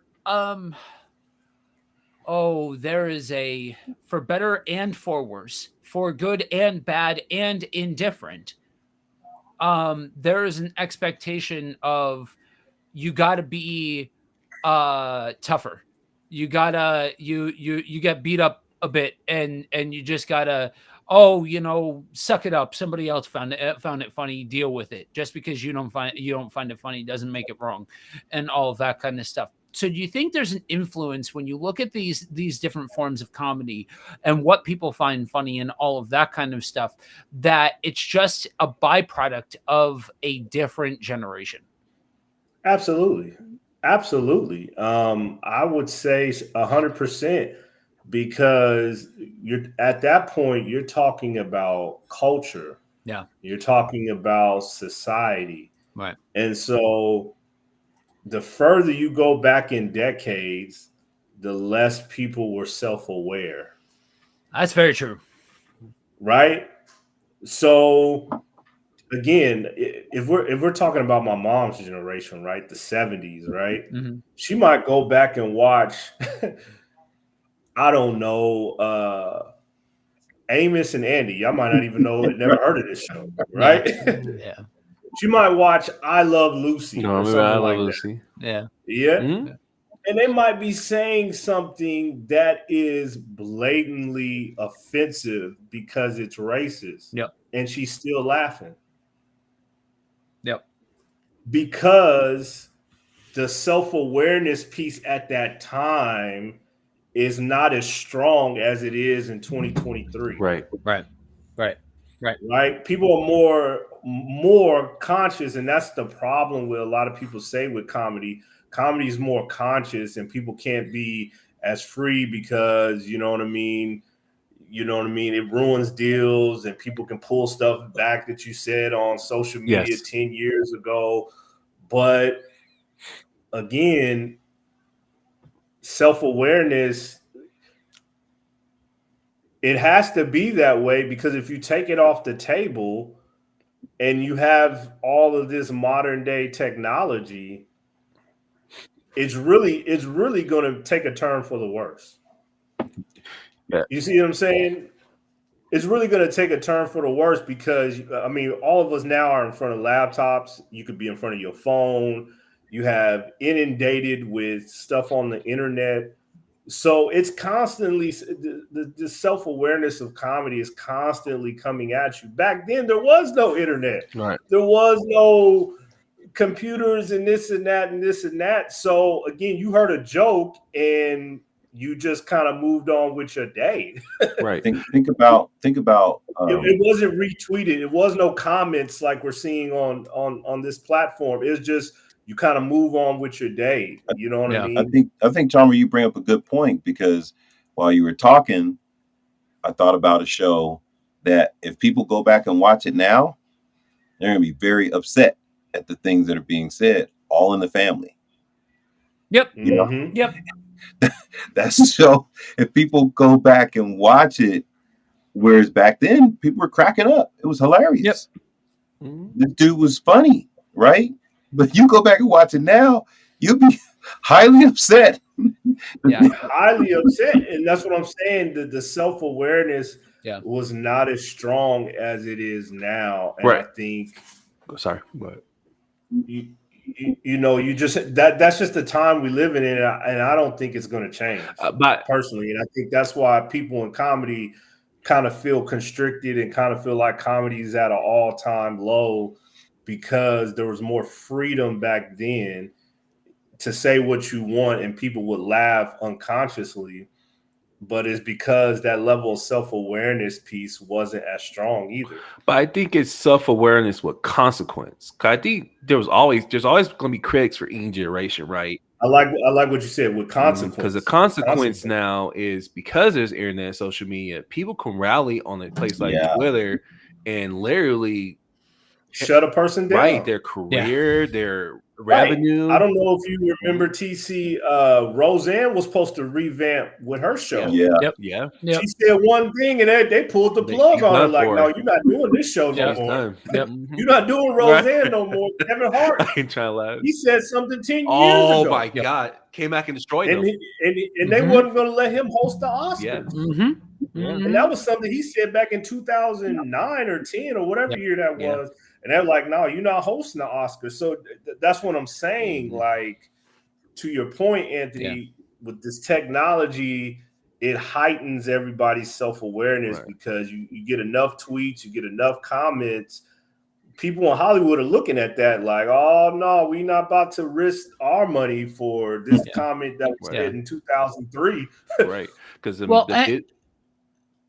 ahead, Joe.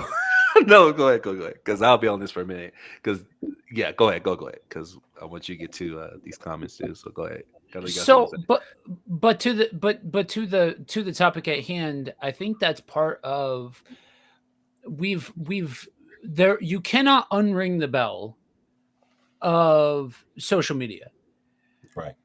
That open door and all of that kind of stuff. And I'm the kind of guy that I'm like, okay, I understand that I speak for a living.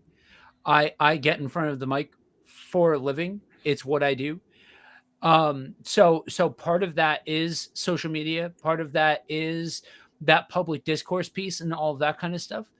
If it wasn't for the doing the mic work in the age that we're in now, I wouldn't do social media because I don't think humans will ever actually be prepared and able to handle the loaded gun that is social media and that open door into our lives, because literally, like, that's and it's not even real life. It is aspects and snippets and different things like that that have created this delusional look at the world around us through the lens of our phone.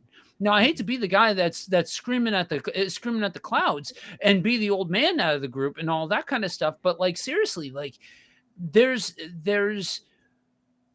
I struggle. I struggle. I'll put it that way. I struggle with these folks that put out stupid takes.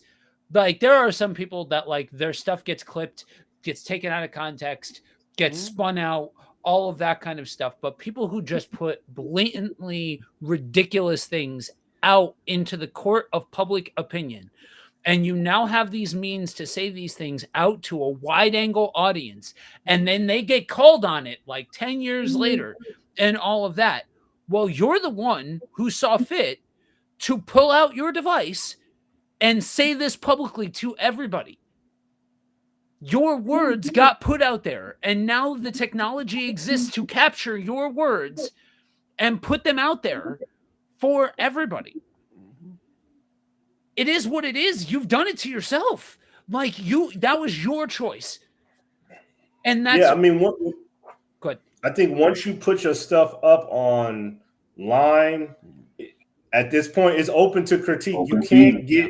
You can't get mad, and I think that's where, again, it goes back to the times we live in. See, back in the day, there was no I'm taking something on my phone and I'm uploading it. Right. You just saw it, you lived with it, you moved on with your life. Yeah. Now everybody is a critic, everybody has a chance. And so, some comedians now, when you go to their shows, they make you put your phone in a device and locked away. Yeah. Because they feel like it's taking away from the art of it, and it's allowing people to, make this whole judgment around one particular joke. Yeah, I remember the world of broadcast was for me, first getting into mic work was broadcast, and so it was live. If you can catch it live, that was it. And I just don't. I don't know. There's something to this idea of being in the moment where it wasn't clipped, it wasn't grabbed, all of that kind of stuff. Like, the internet was a thing, all of that kind of stuff, but YouTube wasn't nearly what it is now. Social media was not what it is now. Reels and shorts and clips and all of that kind of stuff was not a thing. So soundbite theater that you have, where things can be taken out of context, and I won't go too much further down this road because it risks going off topic, but I think with the court of public opinion being what it is, I just think that a lot of the time, with people blaming comedy isn't funny anymore because everybody doesn't know how to laugh, or everybody's just so sensitive, or, oh, my stuff might be clipped and all of that kind of stuff. Well, I think the question that you've got to ask yourself is, are you saying something that, if grabbed, would be offensive? And are you relying on that as a comedian as just being offensive to people? And all of that kind of stuff. Now, anything you say, Lord knows that even in the ministry world, we say enough stuff in the ministry world where people find offensive on a regular basis. You're gonna piss somebody off. Like, that's part of why I have thick skin as far as pissing people off. It's fine. I understand that. I don't try to do it, but it is what it is. But I just feel like, to almost jump to the other side of the fence in defending this idea of being more self-aware, being more attuned to the people and the time and all of that kind of stuff. Do you really need to hit on individuals or certain people, those kinds of things, in order to be funny? Do you really need to be overtly offensive in order to be funny? I don't know. All right. So jumping back in, Brenda K, good morning. Matthew 12:36, and I say to you that every idle word that men shall speak, they shall give an account for in the day of judgment. So many jokes I wish I could take back. Yeah, I mean,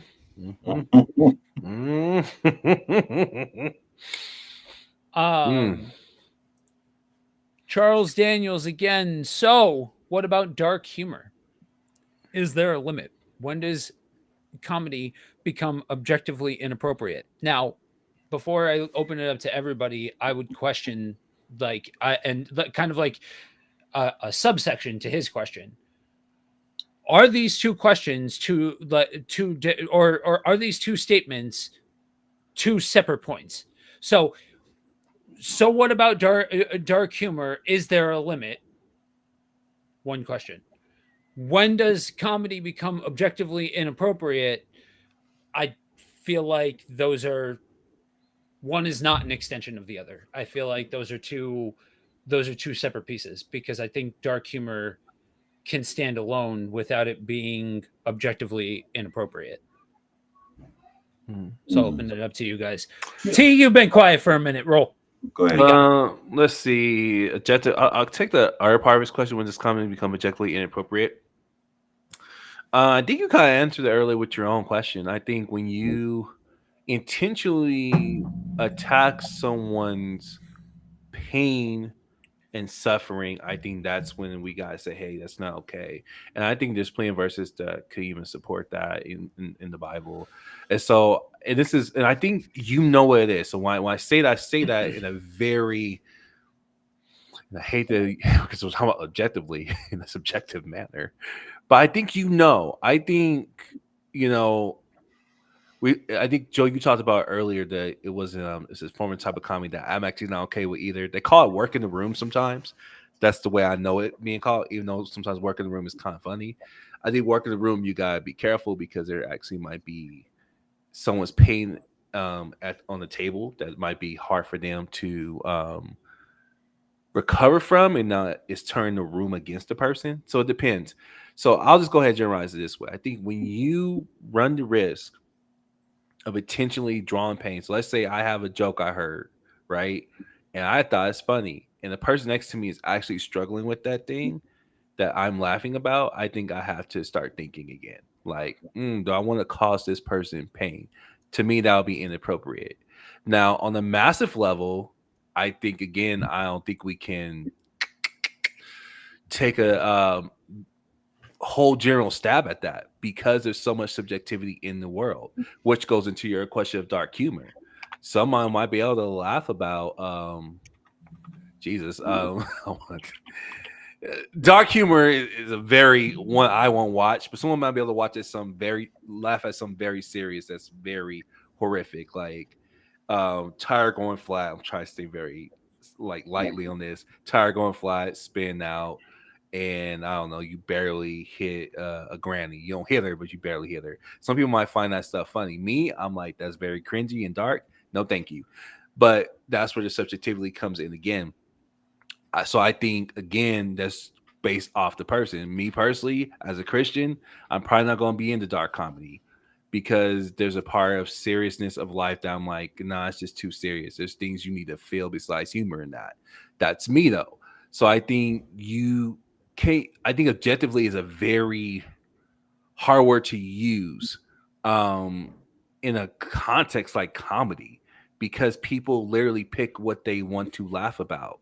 I will say again, going back to the scripture, I would say that's why I was like, man, no one touched this scripture. And I'm kind of like, I know we only got a couple minutes left, but I'm like, man, I wish we would spend a little bit more time on this scripture because I think you have to determine what either words are, because again, might be heavily disagree at this point. Maybe I don't think as a Christian you get the luxury, unfortunately, and we can argue, of being lazy and not thinking.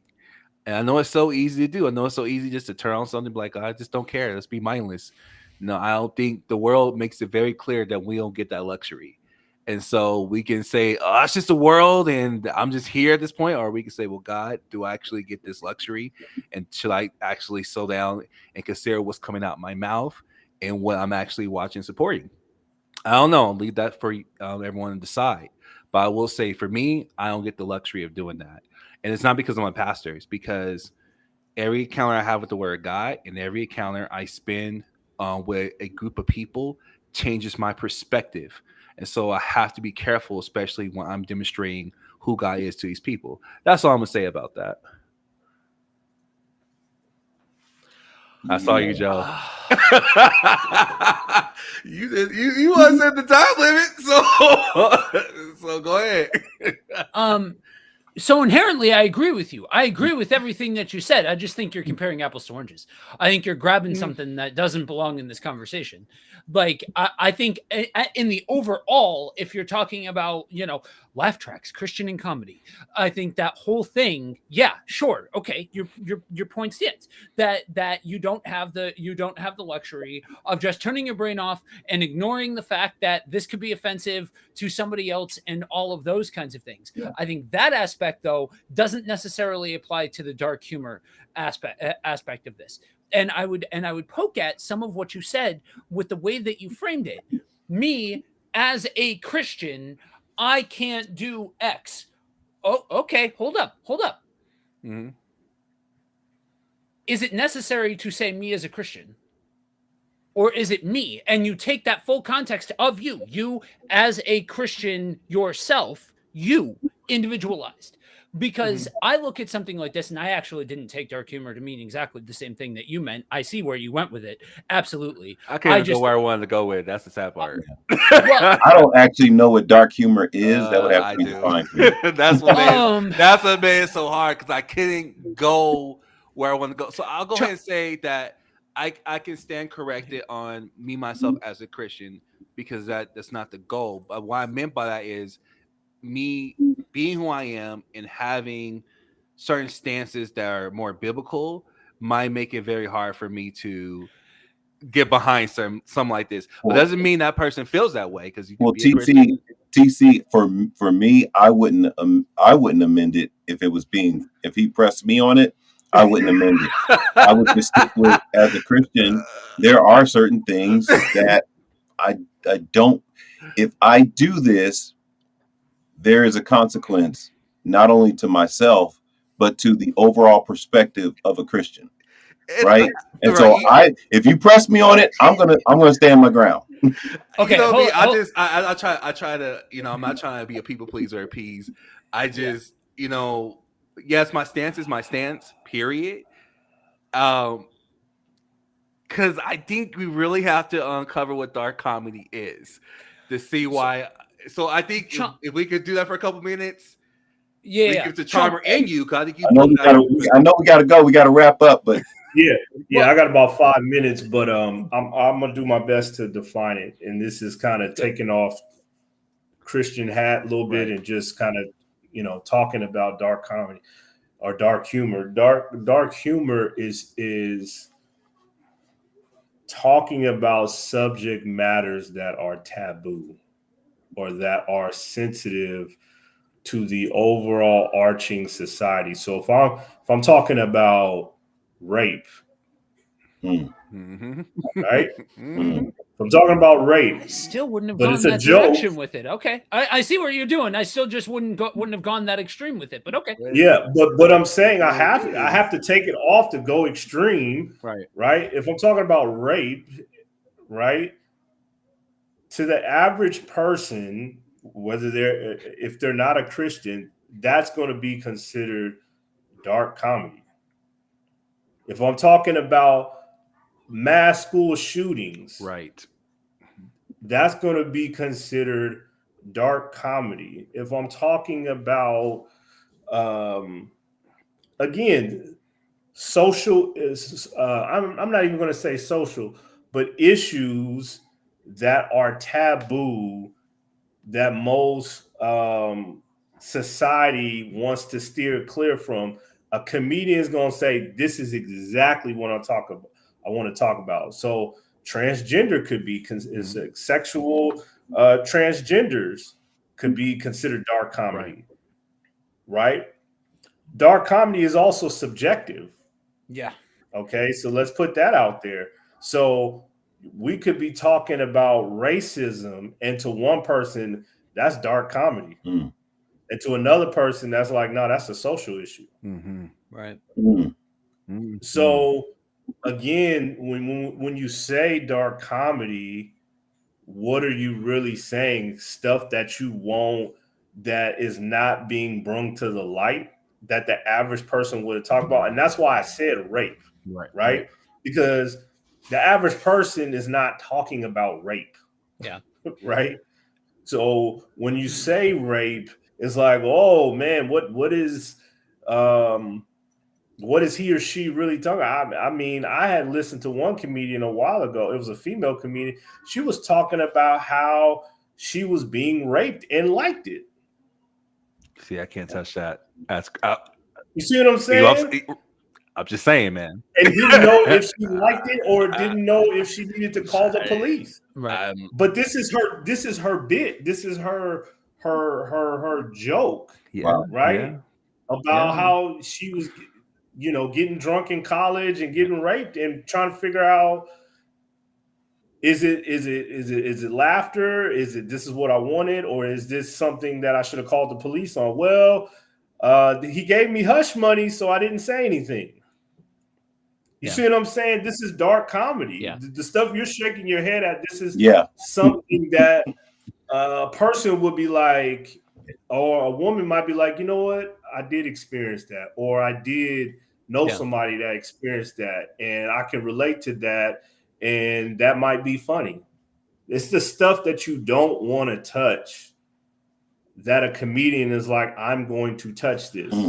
Right. But it's still subjective in the same regard. So hope that helped. Right, but that's why I said subjectivity, even with objective. That's why I said it's hard to say it's objectively because it's still subjective. But my stance is I can't. I have family members who have been through stuff like that, and that's never going to be funny to me. And I know God doesn't stand for that, so that I'm not like. So that's just my stance on it. It's not that you can't, you won't. I won't. Thank you. I just won't. So, but that's to the point, and that's kind of the thesis statement of this whole thing. I think is a good point to wrap it up on, because I think they're playing us off, but I don't think that this conversation is over by any stretch of the imagination. Right. But I think but I think though that's part of why I push back so hard against you guys for being like, and by you guys I mean Ant and T, for being like, oh, there's some things as a Christian, okay, yeah, no problem, but again, you're assuming the furthest point down the field. I look at that and I'm like, okay, I'm bipolar, right? I deal with mania and depression, and I have had my bouts with things like suicide and stuff like that. Armin. And I just don't think that I that's the version of dark comedy that I would go for, like that I would think to, and all of that kind of stuff. But even for some people, that would be too much, and all of that. Real quick, Chalmer, thanks, man. So much, man. Appreciate you. So, I just think that when it comes to all of that, I think it's real hard to try to lay, and that's why I came at you a little bit with your classification of, as a Christian, I can't mess with dark comedy. Well, wait, what are you actually saying? Because saying I can't mess with dark comedy is not the same thing as I can't mess with this subject matter. Right. And that's that's why I would even push back with what you said, Ant. Like, yeah, there are some things that have consequences with talking about and all that kind of stuff. But what direction are you talking about it from? What aspect of the conversation are you having? What are you if you're sitting there making fun of a certain situation and all of that kind of stuff in a public display, yeah, you know what? No, you probably shouldn't be sitting there making a display. But also, some secular comedian doing a joke like that and a pastor doing a joke like that aren't the same thing. And so I think we need to, I think with something like this, I think that so much of this conversation goes back to the same spot that the fandom conversation went to. And we really need to be aware of not using really any form of generalization when it comes to this kind of thing, because so much of this is tied into where we are at, what the context in which we are saying it, and all of those kinds of things. That's part of why I look at this and I'm like, ooh, I don't know if I necessarily want to have this conversation with other Christians and all of that kind of stuff, because I know I'm going to come at this from a different angle and say something to the effect of, you know what? I think that there's a lot of ambiguity to this to this topic when it comes to what, like, because all of this stuff, some person, like, I know for me, talking to other people and people making jokes about the life of somebody who is manic, that's not offensive to me. That's not degrading to me. For some people, that totally is, and would put that in the same category as some of these heavy hitter topics that you say, and immediately it makes that recoil moment. Immediately you're like, oh, he even said the word. Oh my, like that, you know what I mean? Like, for some people, they would put that in that category. Other people, they would make a joke about something like rape or something like a school shooting. You notice I even hesitated. I'm like, okay, Chalmer said it Right. so I'm just gonna ride off the coattails of what he did. He already said the word, so I'm gonna go ahead. Yeah, okay, because I understand that as a guy in front of the mic, you're taking a big risk by saying certain words in front of a mic in certain contexts. Right. I get it. I'm not trying to have a lack of sensitivity to anybody. But that I think that when we try to say, as a Christian X, so much of the time, unless you are in the theological deep weeds and you are holding on to the close-handed matters of the Christian faith, you run into more problems than you quench by stating things like, as a Christian X. But my question is, and I don't want to prolong it, I think that's even a problem too. Why can I say that? How come the world can identify whatever category they want to identify with and say, as this, I'll stand for this. But then I say, hey, as a Christian, I don't stand for that. It's now, oh, we can't do that. I think that's ridiculous. I think it's also very double standard as well, because everything in this world could say that. Yep. Sexuality, they have stances, and they get no smoke, or I can't say no smoke. Having a friend who deals with social justice, they have their obstacles and things that they're facing, but they take ownership of that because they have a goal they're trying to achieve. Well, my goal is kingdom living and to live for the Lord. There are stances I do have to take, and so I think we might need a part two, because I think even the scripture I was throwing out about idle words, you are accountable. You know, and I think Chalmer, I think he did a good job of touching it really gracefully. And I wish we would have hovered there, but I just know there was so much going on.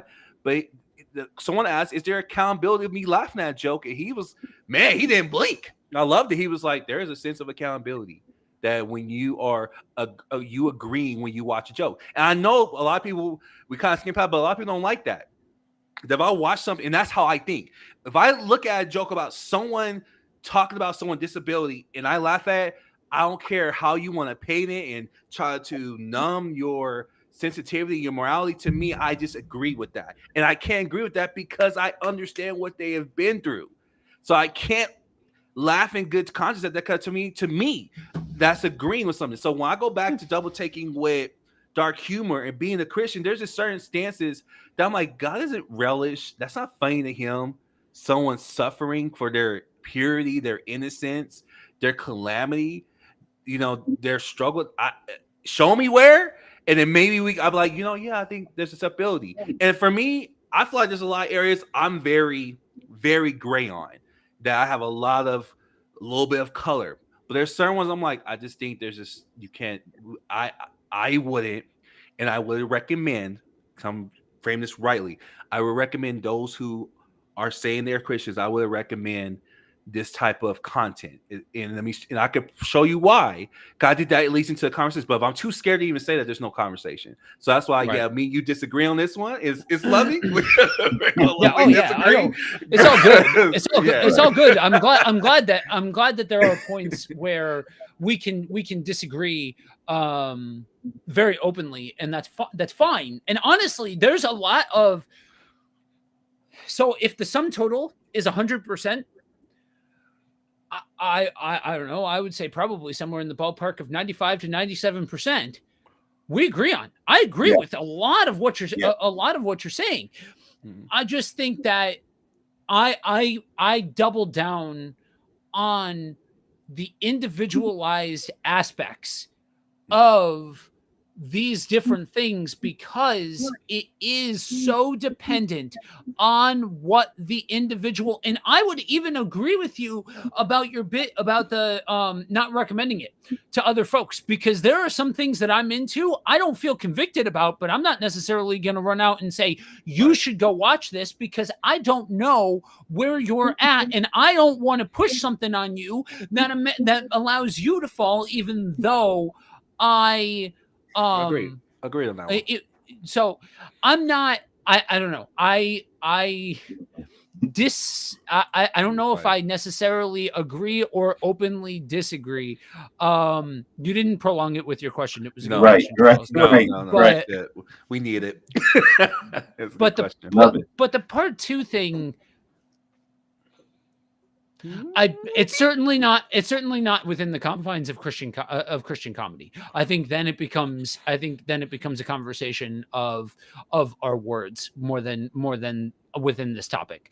Yes, but it might hit, and not to spoil, but we're not going to spoil. But there is a subject that we're going to be talking about next week that it might come back up again, because it does go to those kind of avenues of where do you stand. So it could, I'll just say, teasing wise, it could be a possibility that it might resurface. But because I like what you said, Joe. It end up will touch on words, and even briefly you brought up, okay, what is profanity? What is not profanity? What is cursing? What is not cursing? Right. Because there's some words that if they're said in the proper context, just because I view it as a cuss word, if it's being used correctly, it's not cursing it's not cussing anybody. Right. And so there's, what does that even look like? Because I think there's a line there too. Yeah. Just because I wouldn't use the word doesn't mean that it's wrong. Mm-hmm. Right. So, oh goodness. All right, guys, I want you guys real quick, because I got some comments to come out, but I really want to hear from you guys. Show up and show out real quick. We got about 5 minutes left. I want you guys to really hit the comment section with answering my next question. I'll even write it in the gimmick thing here. Gimmick. I love that, dude. All right.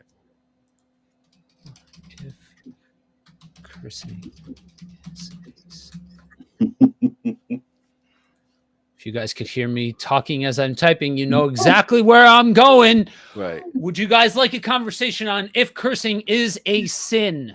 Oh my. Oh me. Oh my. because guys, let me tell you, somewhere along the way, and I know this because have had some of these conversations with Ant, there's going to be some difference of opinions Oh as yes. far as all of this Oh goes. yes. Oh yes. Oh yeah. So let us know, because if so, whatever. If the people speak, I'm more than willing to listen. I'm more than willing to have a conversation about it. So You're already, yes. already. Okay. So real quick, let's roll through these let's roll through these comments here. Where did I leave off? Dark humor. Yes, 2 different questions. Okay, Franco. Some people have to be smarter around others and they have no humor, and it's hard to go out and enjoy some time together. Like bowling, if you joke with them on a gutter ball, they'll get mad and might leave. Some people take themselves seriously. Yeah. Yeah. You know, I suck at bowling, and at one point in time, I probably would have gotten really up in my feels about that. My bowling is comedy. You want to see comedy? Yeah, it really is. Seriously, for real.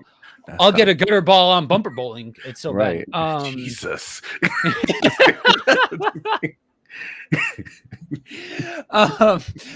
Humor is a good thing with respect. Charlene, good morning. Thank you for joining us, and I agree. That's that fine line, because like I said at the very beginning, I know some of the guys that I listen to would be considered having no respect because of the language that they use and all of that kind of stuff. But I think that you can be respectful and be humorous and still push the envelope. But that might go into our question for next week, if that's a thing that people want to engage with. Keep commenting below. If you aren't supposed to be watching something, the Holy Spirit will convict you about it. I've turned off many movies when I hear his voice. Yes, and amen. I want to emphasize that first sentence. If you aren't supposed to be watching something, the Holy Spirit will convict you about it. It's like we've talked about before, though. Don't lay that on somebody else. You've been convicted. That's awesome that you've been convicted. I'll bring up something from last week, T. You brought up Sailor Moon. Oh yeah. Sad day. I was curious. I was Sad like, day. let me see what's up. Let me turn this on. I'm just curious. Let me see. Because it's been a while since but so I turned it on and I'm like, okay. I'm like, it's a little cheesier than I would have otherwise remembered it being. That's true.